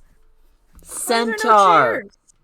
Pillows. I feel like giant they Yeah, they have- are pillows. centaurs. Giant pillows. I don't. Am I? I forget. Is my flesh cold or warm? You are cold to the touch. Uh-huh. It's like a colon. What? The colons. Mhm. They're cold to touch. Cold. They're I cold. think it's like Poland, Yeah, like the like organ. Edward Cullen. Oh, Cullen. Oh, colon. Colon. I heard colon. I heard Not colon. Colon. Cullen. What? Are Colon. human colons cold to touch? Yeah. Yes, remember you're ice cold, your skin is pale white. Alright. You sparkle like a fairy. That's like the whole thing. Also, there have been entirely too many Twilight quotes this session. We need to set a limit for the sake of humanity. You're lucky I haven't told a dad joke yet. You got punched for it last time you did it. I'll do it again. Okay. I don't want to. Nemini, we're all right here if you want to head out. I'm sure you have a job to do. Please give us some privacy. Or Oh. that. I'll be right outside if you need me. Thank you. Okay, so she can hear everything we say, so just keep that in mind. Yeah, you don't gotta remind me.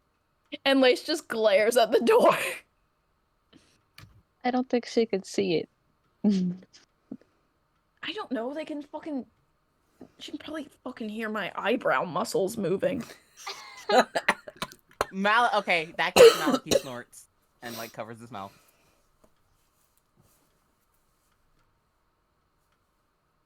Is just gonna sit on the ground in front of the fire. No chairs, so I guess I'm squatting. There's Squatting. pillows. There are pillows. Pillow. Fuck the There's pillow. giant pillows. Yeah, just Dude, sit can I on the knock him pillows over? like a cool person. Yeah. Can I knock him over? Can I be He's- squatting? Fucking do it. The pillows You're are the gonna get size tail of whacked. beds for you guys. Contested I don't care strength. about the Yeah. consequences. I care about my actions. Contested strength rolls. I can't roll 20s, I remember? love that Lace was literally about to apologize to Morwenna in this moment. She violence. No, I just want to kick the outside of his knee so it makes him fall over. You don't need to be strong for that. You don't need to be strong for that. You just push the leg over. He would fall for it. Let me push you over, Malik. Because he'd squat and be like, okay, I'm gonna Even get the more roll was comfy now." crap, so yeah, you probably succeed. Because Lou can't roll his own dice. Damn, I rolled a 17 for him too. I rolled a Yeah, I got 4. a 23. Okay, You rolled can a you 4. roll to get? Can you roll for the consequential tail slap? That's a 7. I went Damn. 32 That's AC. It's just a pink sparkly like field like fog. He just goes limp. Doesn't even fight it. Perfect. Now he's laying down, and so Lace and I can make eye contact while we're talking, and then look away from each other the rest of the time, like for the 1 second. Sorry I yelled at you, Morwenna. Honestly, Morwenna does show a little bit that she's surprised. I should have been more careful with how I worded things. But I appreciate your apology and I forgive you. I love that tiny Morwenna seems to be pouting as soon as Finn stops talking. I appreciate your apology. I have to ask though. Do you think of me like I suggested you did? Stupid. Yeah. Do you think I'm stupid? Sorry, that wasn't Morwenna. That was Pixie. I'm so sorry.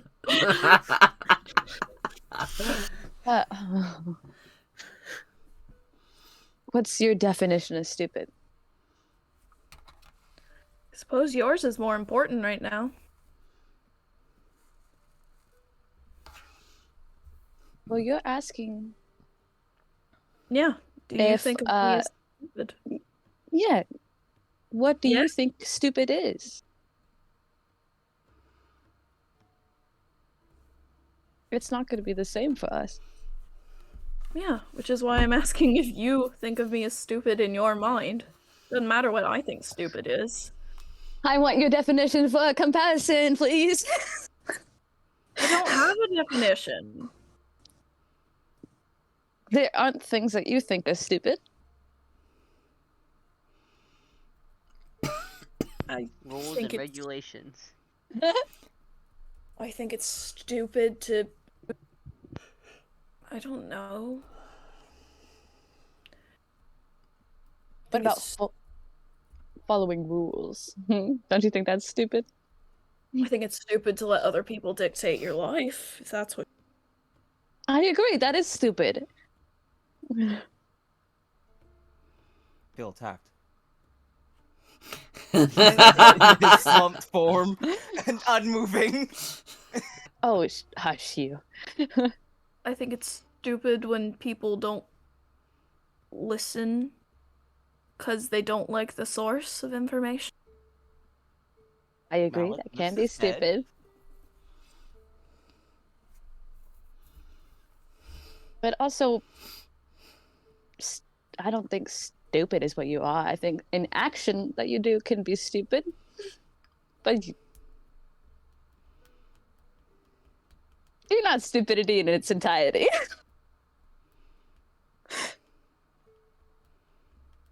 Did you have friends in Portum? No. I was a mother most of the time, basically. You were a what? Well, I was the lady in waiting. I took care of lies, my dear lies. So that's a no on the friends. A lot of things to do. I had so much to do all the time, and even then, I had this side task, and that also took a lot of time. Okay, that's fair. I mean, I didn't have much of an opportunity for... But did you have... Yarrow is my friend. Mine Was. as well. Hmm.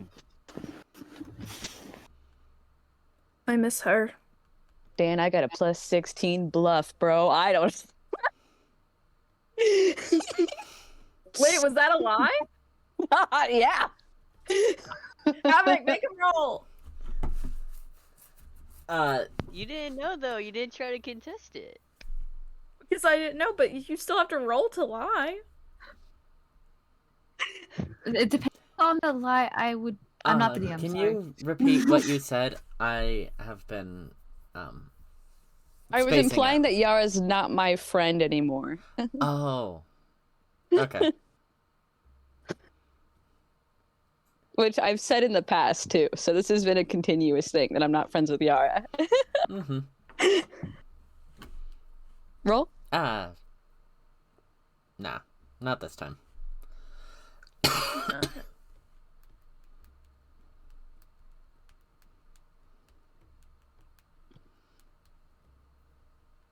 I'm asking because I like to consider crew friends. Oh my god, you're right. Sorry, that wasn't me. It mixed with Morwenna.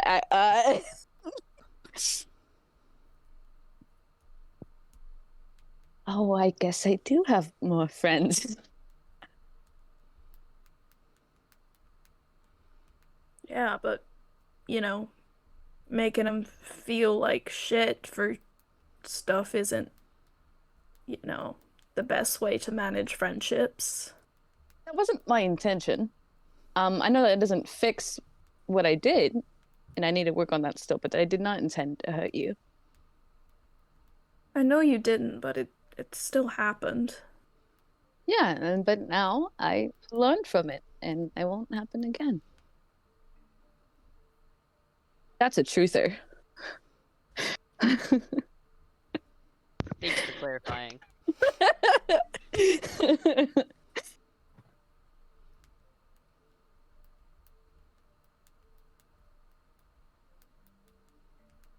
Alright. Besides, I've still got a lot to teach you about working on a ship. I have no idea how to do that. But I guess I could help with some of the bigging if I can get tall.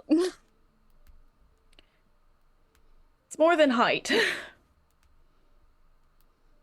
Oh, Oh, I mean, I've been just- learning for 20-something years. It's a lot more than height. Oh, I mean, my very small helping would be grabbing something that's a little high out of reach and then handing it to you. That's it. That's it. You don't even have to worry about that. I mean, this ship's rigging is how you would say rigged for me as sailmaster.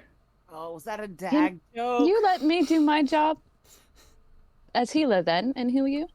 Yeah, Lace, was that a dad joke? I mean, I wasn't trying for it to be. Dad joke or bad pun? I love that you think Lace has enough of a grasp of make puns or jokes.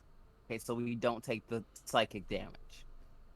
I feel like Malik would still take it because he recognized it as one. I did not. I missed it entirely. Malik visibly winces. Lace would be like, huh, look at that, it's the same word. Okay, cool, moving on. Fuck, what were you saying? God damn it. I believe you asked Lace what was her job? No, oh yeah, I was saying, why don't you let me do my job and heal you? I am fine. Look, I'm not even shivering anymore. Please? So I can take my cloak back? Yeah, you can take your fucking cloak back. Lace, Malik. being friends means accepting help. I don't want it right now, and I am accepting it at a later time. But right now we have the time, and there's nothing else to do. Oh, look, And the captain what if- coming through the door, wow. Lace, I'm pretty Nuh-uh. sure like we're not gonna have time later because I feel like there's some drama in the air because Yeah, what if I'm something bad my happens? mouth shut. So I feel Unless like we're we need gonna to be- fight someone, we'll be fine. Yeah, but we don't know that, so we should just be. Like, there was a crack in the ground. We still don't know what that meant. It was the jailer. What? It's my job. Let me heal you. You want to do your job as a ringer. I want to do my job as a healer. Oh, you can heal Malik. He's still at 65 points. Out of what? 76. I need room for getting punched later. Lace wants to sit on the pain as a reminder of her. I know, you're punishing yourself, was and I'm just gonna dumb. stop now. Thank you. Malik is tempted to take his cloak back, but then notices that it's also now soaked in lace juices and Lace juice. and It's just Kind salt of- water. yeah, but you soaked in it. Yeah, I guess. Like it picks up the hood, sniffs it, and like recoils sharply. Okay, I got in the water. I cleaned. Swam so far down, I thought my lungs were gonna explode. What? I got Why the- clean. Why the fuck would you do that? You're not a Darfellan. You don't have infinite lung air. Because I was trying something. And how'd that work out for you? How do you think it worked out for me, Malik? Let's. The shit-eating grin on his face. Okay, next time you want to donate to the ocean, you should at least have a sea dweller with you. Well, that wasn't even part of it. What's the other part of it? No, the part that I was doing was the blood part. The me sailing or me swimming underwater was just something different. Okay, and why? I don't know. It made sense at the time. Lace, Did you you doing things that make see? sense doesn't make sense. What did you see? Did you see anything? Well, there's someone outside the door, and we can talk about it later. Oh, they know Simon. everything else already. Do they know about point to Malik's arm and then does tentacle motions? I mean, she was there when Malik saved you and I. But she doesn't know that tentacle motions. What is that? What does that mean? What is that? I just imagine tentacle motions as woo. It's confused kind of like Malik. that. It I looks think like a it was distress like- signal. Were you attacked by like a freaking sea snake? What happened? Liz just Meta. buries her head in her hands. She points to his arm. Tentacle Okay. motion. Okay, you lose me when you do that. What does this have to do with that? What is that? Your childhood best friend. Does not look like that. And doesn't. What? Like it tries to mimic the waving, like the tentacle motions. Like, what does that have to do with them at all? They don't have. I thought they had tentacles. Do they not? Not that I've seen. No, You have seen, They even look like- actually. Oh, wait. I have. Yes, the barn. No, not yet. Yeah, the barn. The barn. When everyone saw. Oh, I had no memory of that. I thought Adite was just being angry and hot With tentacles. Motherfucker. with tentacles. Okay, I missed the tentacles part because I was focusing on the other part. It clicks. Mal goes, oh, yeah. I mean, but that's a bit of an exaggeration. That's not like most of them. That's just like a cool thing they do. I think but you know Malik what has I'm getting Stockholm at. syndrome. Yeah. No shit. Morna actually has been sitting and has gone quiet and just looking at both of you back and forth and smiling. You got something you want to say? Just enjoying listening. So Well, how wait, do you- you're how saying would that you- you met them? No, I don't think. Unless they also snake motion. Have that form? Form? I don't know. I Okay. met. Someone give me paper. Reaches through satchel, takes out miscellaneous sheet of paper with like notes written in the corner. There's like a Orion makes this cute face sometimes scribbled, and like puts it down, scratches it out, realizes that Lace can't read, and looks a little embarrassed. If Morwenna saw it, that's another story. Can I roll perception? Yeah. Malik, roll stealth to try to hide it. Havoc. Oh, right, you can't roll. Okay. Lou, we're going to have you pick which die I'm using for Malik right now. Yay. So, we have Chunky Boy, Jesus.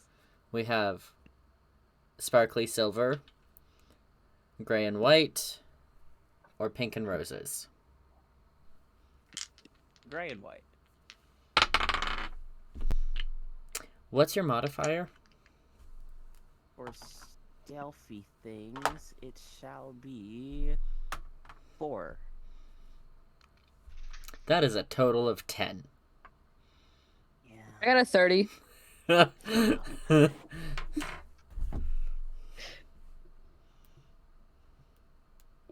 There's also a crudely drawn Jeffrey, but I'm not gonna scratch that out.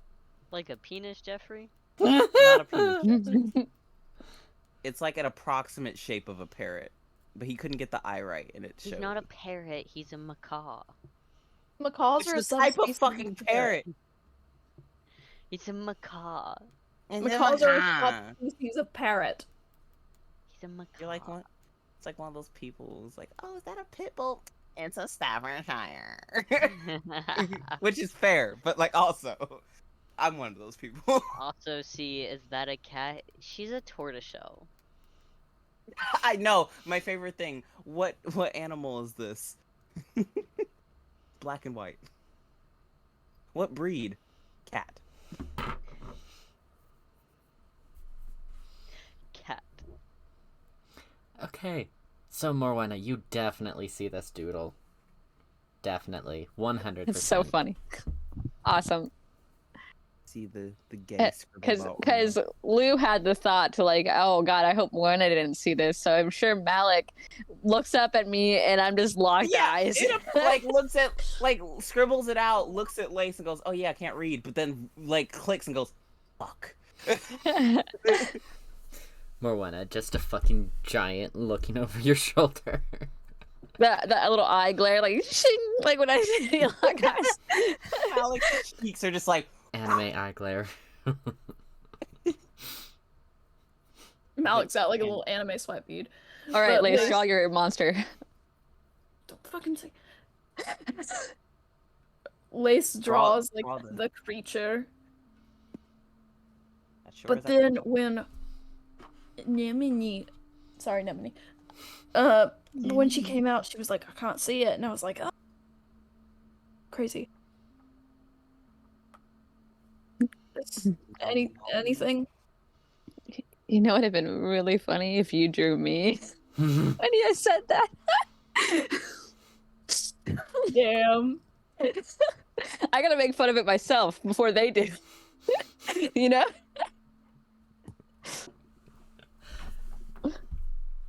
Okay. DMs.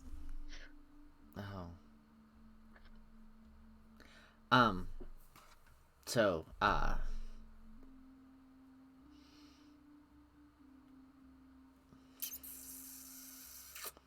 Malik, you have seen this before.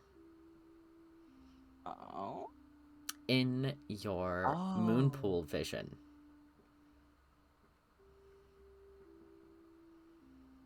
With his mother.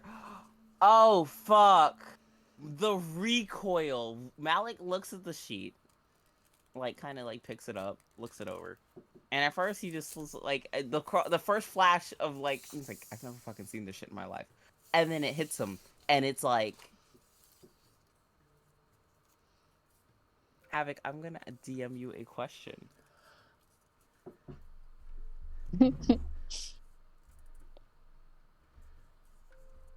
No, you won't. I'm turning off my DMs now. Too late. Too late. No. Say it out loud.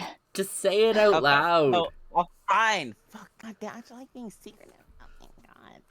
Can't keep That's fun for everybody, though. Okay, so, would the recognition of it be painful? Or just casual? Because I feel like... You needed to hide that? Did you fuck Yes. the sea dragon? No! Was it like a nasty breakup? Monster fucker. I am a monster. I would fuck the sea dragon. I will say that. We all know. Then why ask? This isn't a didn't. secret. No one asked. Because it's like a fen-ish sensitive topic. And like also, because the memory manipulation thing, like would this jog something so sharply? It's like, well, but it's like headache kind of jog, not...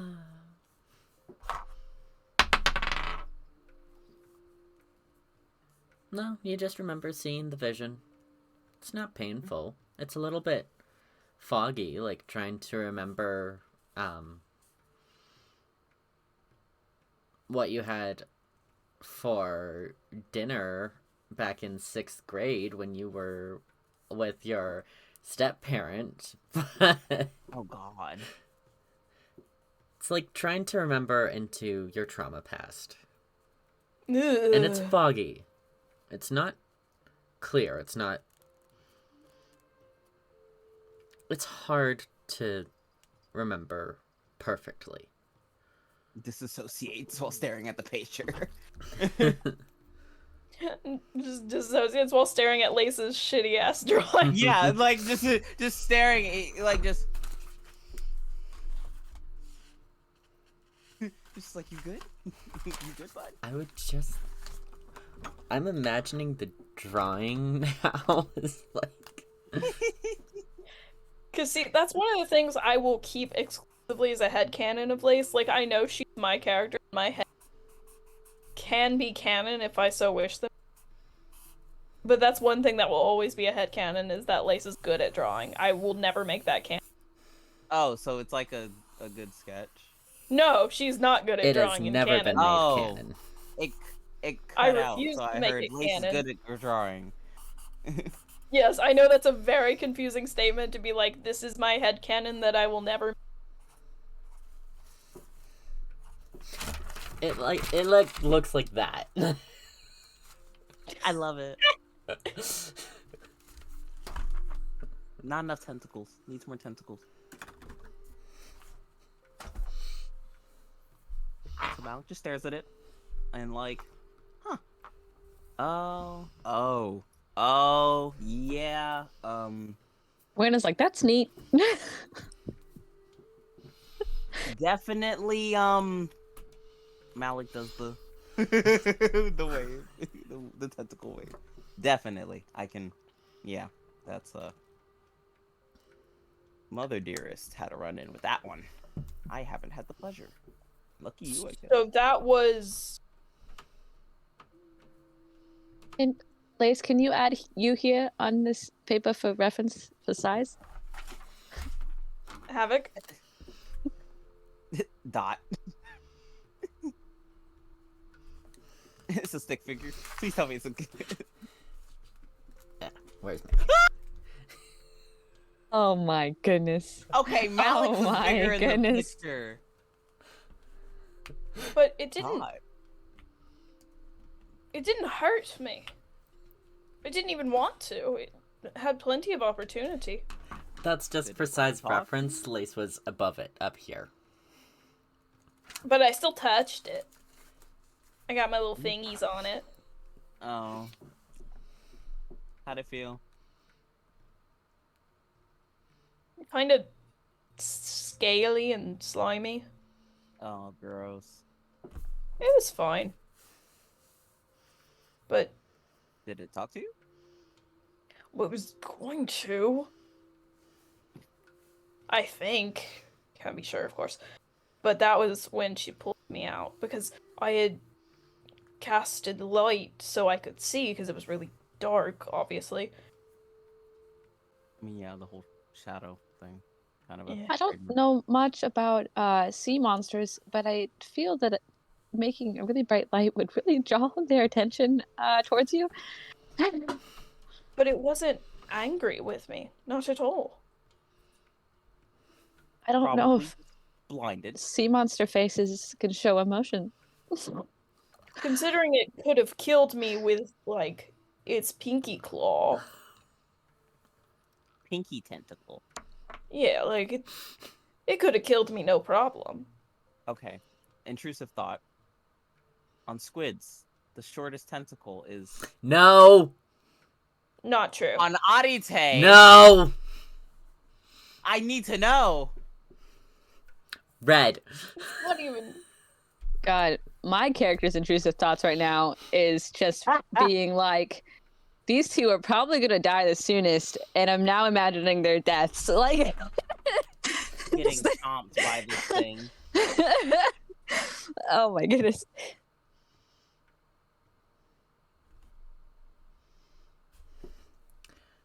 But it didn't mean me any harm.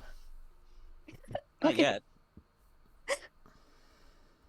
But that was who... That was your friend? Malik nods. I'd assume so. Fuck. I mean, maybe it's just like a...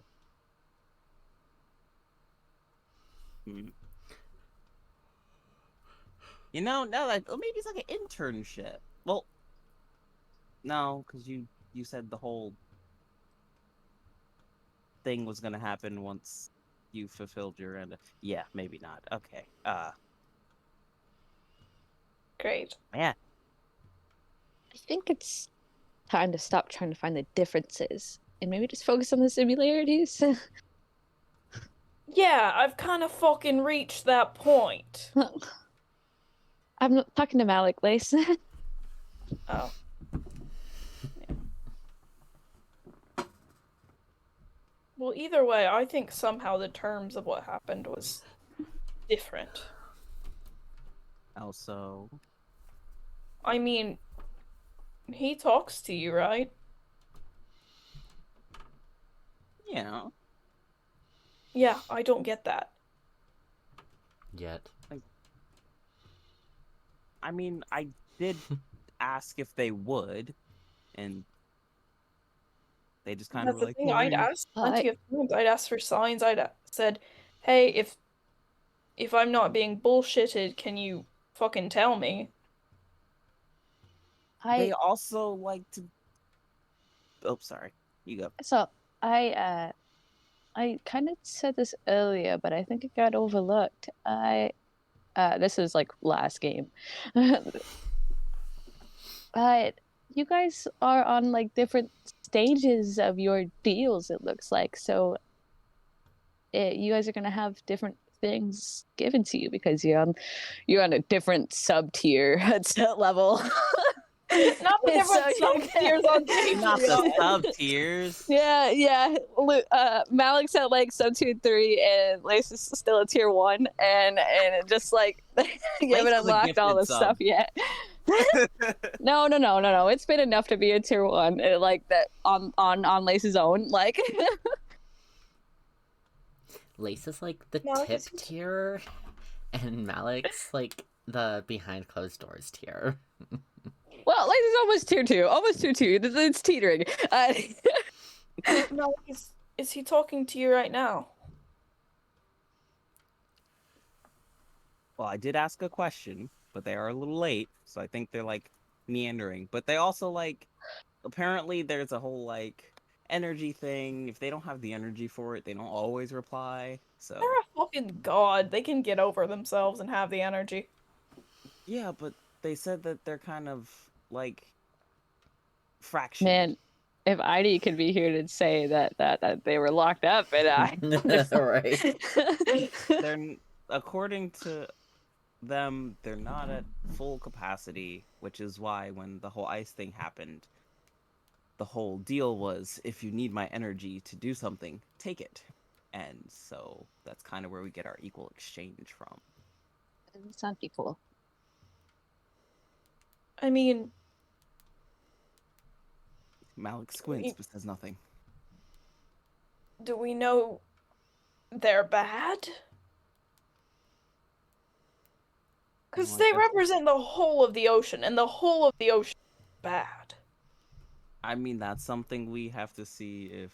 I mean, because Kellam did talk to us about some of the things they went through the books and said that they found out some things on Odyssey, some things on Darfelin.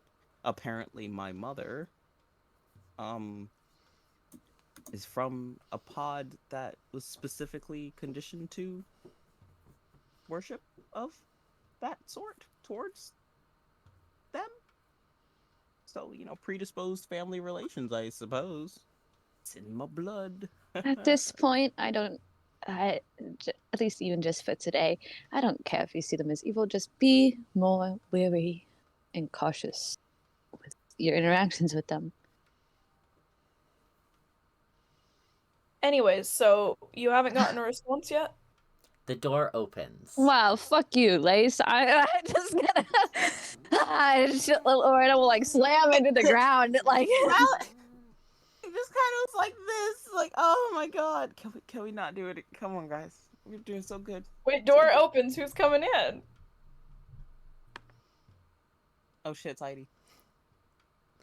Eidelia is silent and just kind of walks in and just like, hello. The stare. Malik's just like, Wait, Lace doesn't know why she ran off. Oh my god. Hi, Heidi. Malik. Lace decides to try the same joke again to see if he gets a better reaction. Just goes, points to the wet hair. Is like, I decided to take a little bath. When I want to apologize for what I said to you. Now Malik's laughing. When it like sits up and like turns around. What? Are normal. I shouldn't have said that. Where's Kellam? And on that, not we will here. jump to Kellam doing his thing. Where's Not Kellam? here. Where's the next place? Where's Kellam? Camera cut. Alright, so Kellam, you arrive at the Stephios house. It's a smaller looking house with barrels upon barrels of like apples and various wildflowers outside the door. Obviously gathering things. Do you enter? Yeah. Okay, so inside, there is...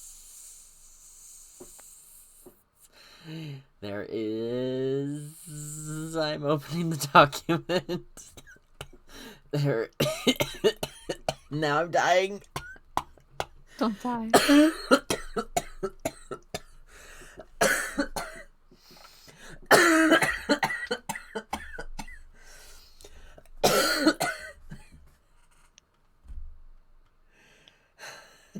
Breathe. Ingest air. In through the nose, out through the mouth. You don't ingest air. God, my face Vampire is like a ingest. fucking cherry. Oh my god. Okay. We're good. Okay. So at the counter, there's, an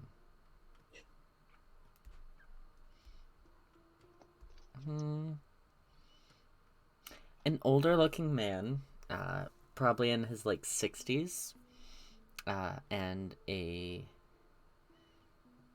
younger-ish woman, probably mid-30s, and they're just, going about sorting the various gatherings of the day. And the woman sticks her head up and, oh, hi, can I help you? Are you lost? No, I was actually wondering if I'm not from around here. Clearly, Obviously. yes. Yeah. I was wondering if you guys had any good gifts I could get for like the Hyrone family. What sort of gift are you wanting? Like, stop me. Level of extravagance. Stop me when I get there. That's fine. That's fine. I don't really know what they would like, but they're hosting us currently, and I'd like to offer a token of appreciation. Okay. I'm happy to pay whatever price or whatever your guys' system of Right. currency or exchange or trade is. When do you need it by? Whenever it's ready, I think we'll be here at least a couple of days, if not a week. Alright, 1 second. And she will, pull over the older man, and they're, like, whispering to each other, just...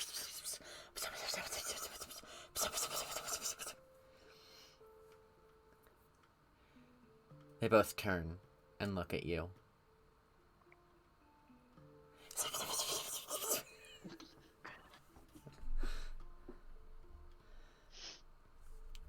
Okay, so, we can probably have something ready in 4 days? Is that too many days? We could do something, smaller. Like, it doesn't have to be super extravagant. I was hoping in, like, a day or two, so we can definitely do something smaller. That absolutely works. Just something nice and pretty, I guess. It doesn't have to be extravagant. Just something you probably know them better than I do in their taste. So just something you think they would enjoy. Okay. 2 days. I'll have something in 2 days. That's the 16th of Headgrade? Yeah.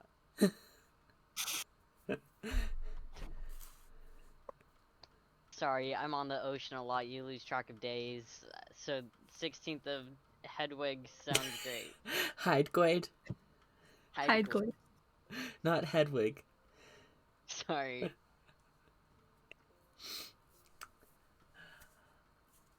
Okay. Yeah. We can probably have that done by noonish on the 16th. Okay. Yeah, I mean, no rush. I'm gonna be in town, so if you guys need to push it back, just holler, I guess. My name's Kellam. Kellam. Like, kill him? No, like, Kellam, but lum. Kellam. Kill the lamb. Got it. Yep, that works. Maybe, like, kill ham? You could kill ham instead of lamb. So, kill ham. Should I'm pay just now? messing with you. Oh, sorry.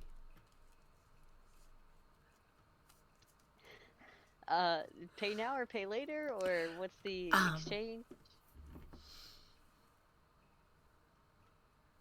Let's say you said you'll be in town, so it's not really a hassle. Why not just upon delivery? Delivery. I could just come pick it When up. it's if that's done. easier. Yeah, that's fine. Yeah,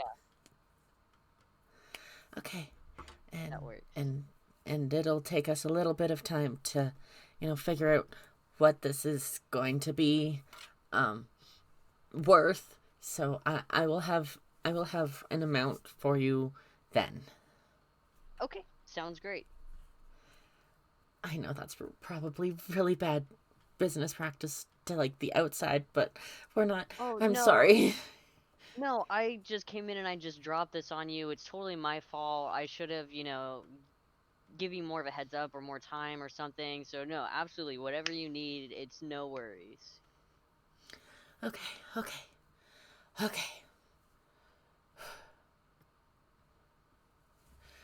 right. All right. Is there Thank anything you. else? No, that's Sorry. it. I won't drop any more bombshells on you. What's a bomb? I'm gonna go. I shall be back in 2 days at noon. Yep. And he walks out, just completely embarrassed. God, that was fun.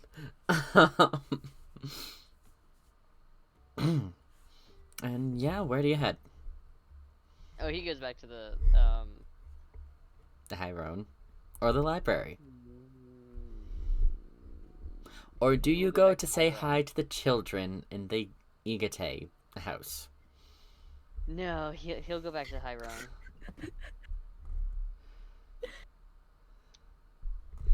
Hyrone, okay. Where are your It'd be kind of birds? weird if he went to go say hi to the children. V was asleep on his arm and Jeffrey's chilling. I'm not used to having to be responsible for them, so Yes. I would say he left Jeffrey with some fish at the house and was just kind of like, here you go, since Vouch's was on his shoulder. Jeffrey's Who? not fond of libraries. Sorry, V. Sorry. I see the blue from Finley's thing, so Vouch's has been in my head all night because it reminds me of the blue of Vouch's. We have said blue a lot. Huh? We've also said blue a lot. Mm-hmm. Also true. And we're talking about the Beauchamp. Mhm. Since V was on his shoulder, Jeffrey's not fond of libraries. He doesn't like being in enclosed buildings in general. Okay. I'm making that canon. Okay. He'll do it for fish, but he's not a fan.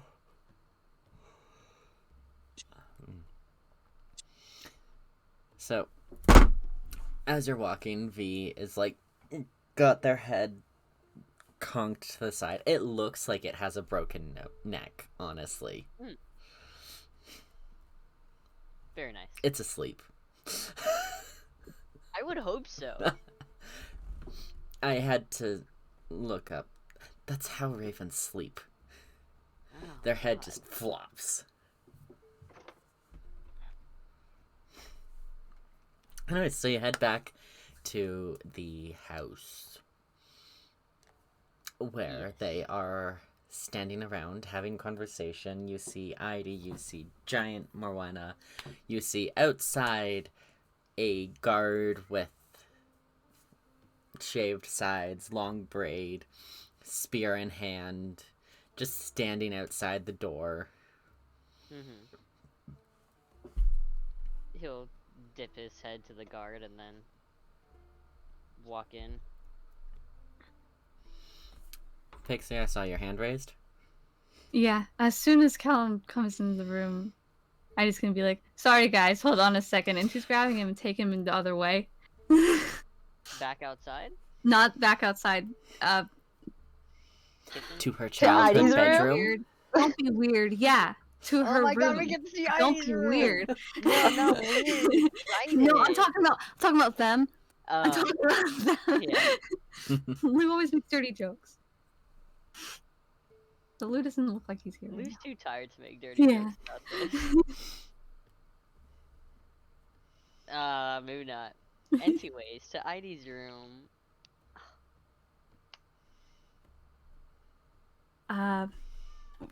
When you walk in, it's like there's this giant bed on the ground. It's like a futon type thing, and everything it has like blue and green like trinkets. It's like I want to say there's like blue and green fabrics hanging up and stuff like that. It's just very pretty. And then rocks everywhere. There's like a shelf of rocks. There's a bunch of different types of geodes and crystals and stuff like that, because she really likes rocks. That's super There cute. is, on Ivy's shelf, this deep red, raw-looking gem. She have a blood claw, a gallstone, whatever. A bloodstone, yep. I didn't plan that. So much. Ivy's gonna look at it and then take a double take. And be like, ooh. Kellam's eyes just laser focus on it, and then That's not why I came in here. Now knowing what that is, I don't know how I feel about it. it's fine, and he'll turn his back to it. I haven't experienced one of those, so I wanted to immediately apologize. You are normal. I was worried my family wouldn't think so. But I talked to them and they were pretty okay about it. I'm really shocked. I'm worried something's gonna happen. I don't think anything will, but I'm shocked. that's great to hear. I'm glad your family was pretty okay with it. I'm sorry. I look so sad. It is what it is. You get angry, you're upset, and you say things, and it just happens.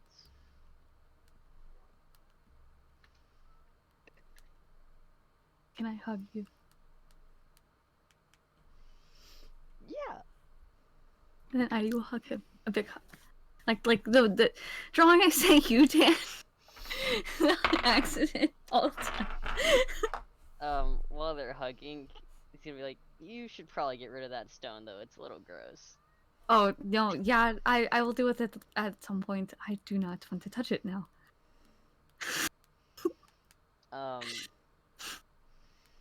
I am getting something for your family as a thank you for hosting Oh, us. you don't have to do that. It's already in motion, so, is there, like, anything I should say not to put in it? Because I don't know your family. Oh, did you say anything specific to put in it? No, I was just like, I don't know the Hyrone family, maybe, and you guys And probably you know went them to better. Stephios? Huh? You went to Stephios? Yes. You'll be okay. Okay. Cool. I don't know what they like either, guys. They were asking about our research. I told them a little bit, but I didn't go into detail. Morwenna realized that we were related. Malik got really pissy about the whole vampire thing. I mean, I don't think he well, said that it being a small colony and them only having that book isn't an excuse. I wouldn't say it's an excuse, I'd say it's their reality, but he feels differently, so he's a bit on edge about that whole thing. Just a fair warning. I elaborated while I was muted, but But you was muted. I mean, don't get me wrong. Not knowing, I don't know. I don't think it's okay. Now knowing you guys, I never had a bad feeling about it, but now knowing you, Morwenna, Norion, I don't see what is the issue. I don't know. I kind of think if I weren't one, I'd be scared of me too. It's a scary thought, something be able to come out of nowhere and just drain your entire body and blood lifeless. And just control your mind, enter your dreams, like that's terrifying. So it'd be similar to seeing Maybe. a dragon for the first time. It's your mom. Why is he discussing the extent of his powers and right where she can hear him? Oh, that's They're what the not role eager, me. was. Oh, okay. Ah, shit. Okay. Oh, Heidi got him talking. Oh well. I guess he kind of got himself talking. Yeah. Malik already told them. Yeah, he said he was a vampire, and they just have that book with description. You're like, yeah, I can enter.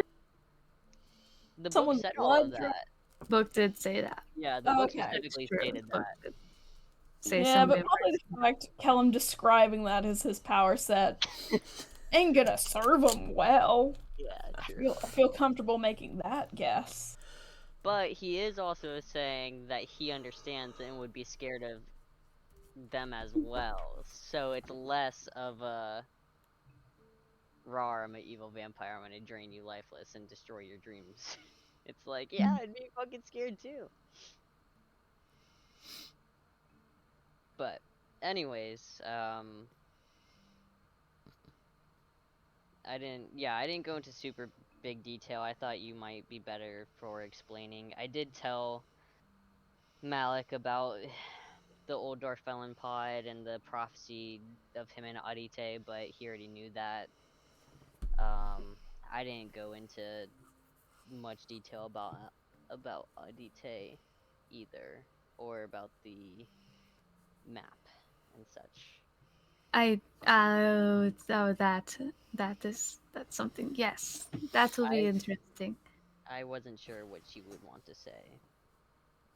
You're a bit more calculated than I am. Not always. But I'll try. Earlier. Literally earlier. Yeah.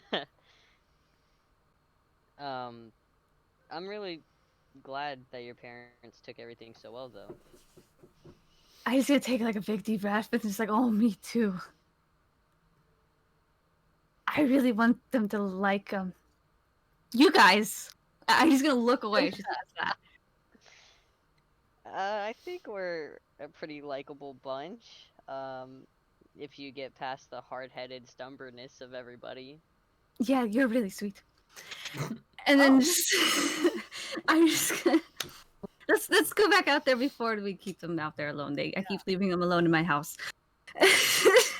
We walk back, the fireplace is destroyed. Morwenna and Natty are pointing fire sticks at each other and fencing.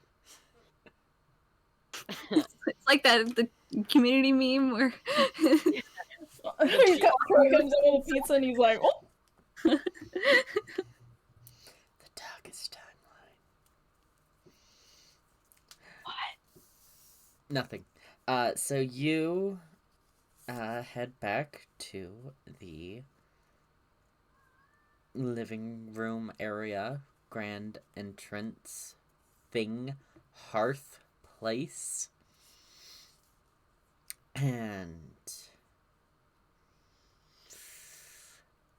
you know, it is autumn, by the way, which means the days are getting shorter. The sun is setting sooner. In fact, today the sun sets before supper.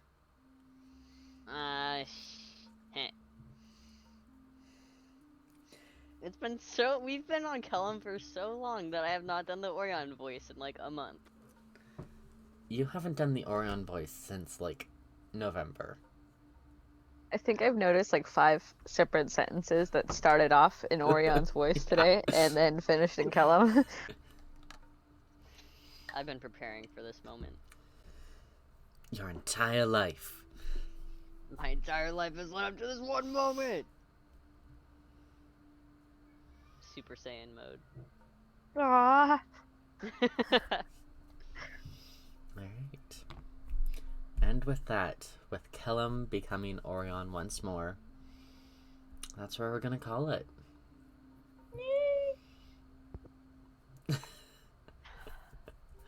I wish we can go on for longer, but these people have things to do tomorrow. And Yeah, I got fucking work. Yeah, you guys suck and have jobs and stuff. dang it, I don't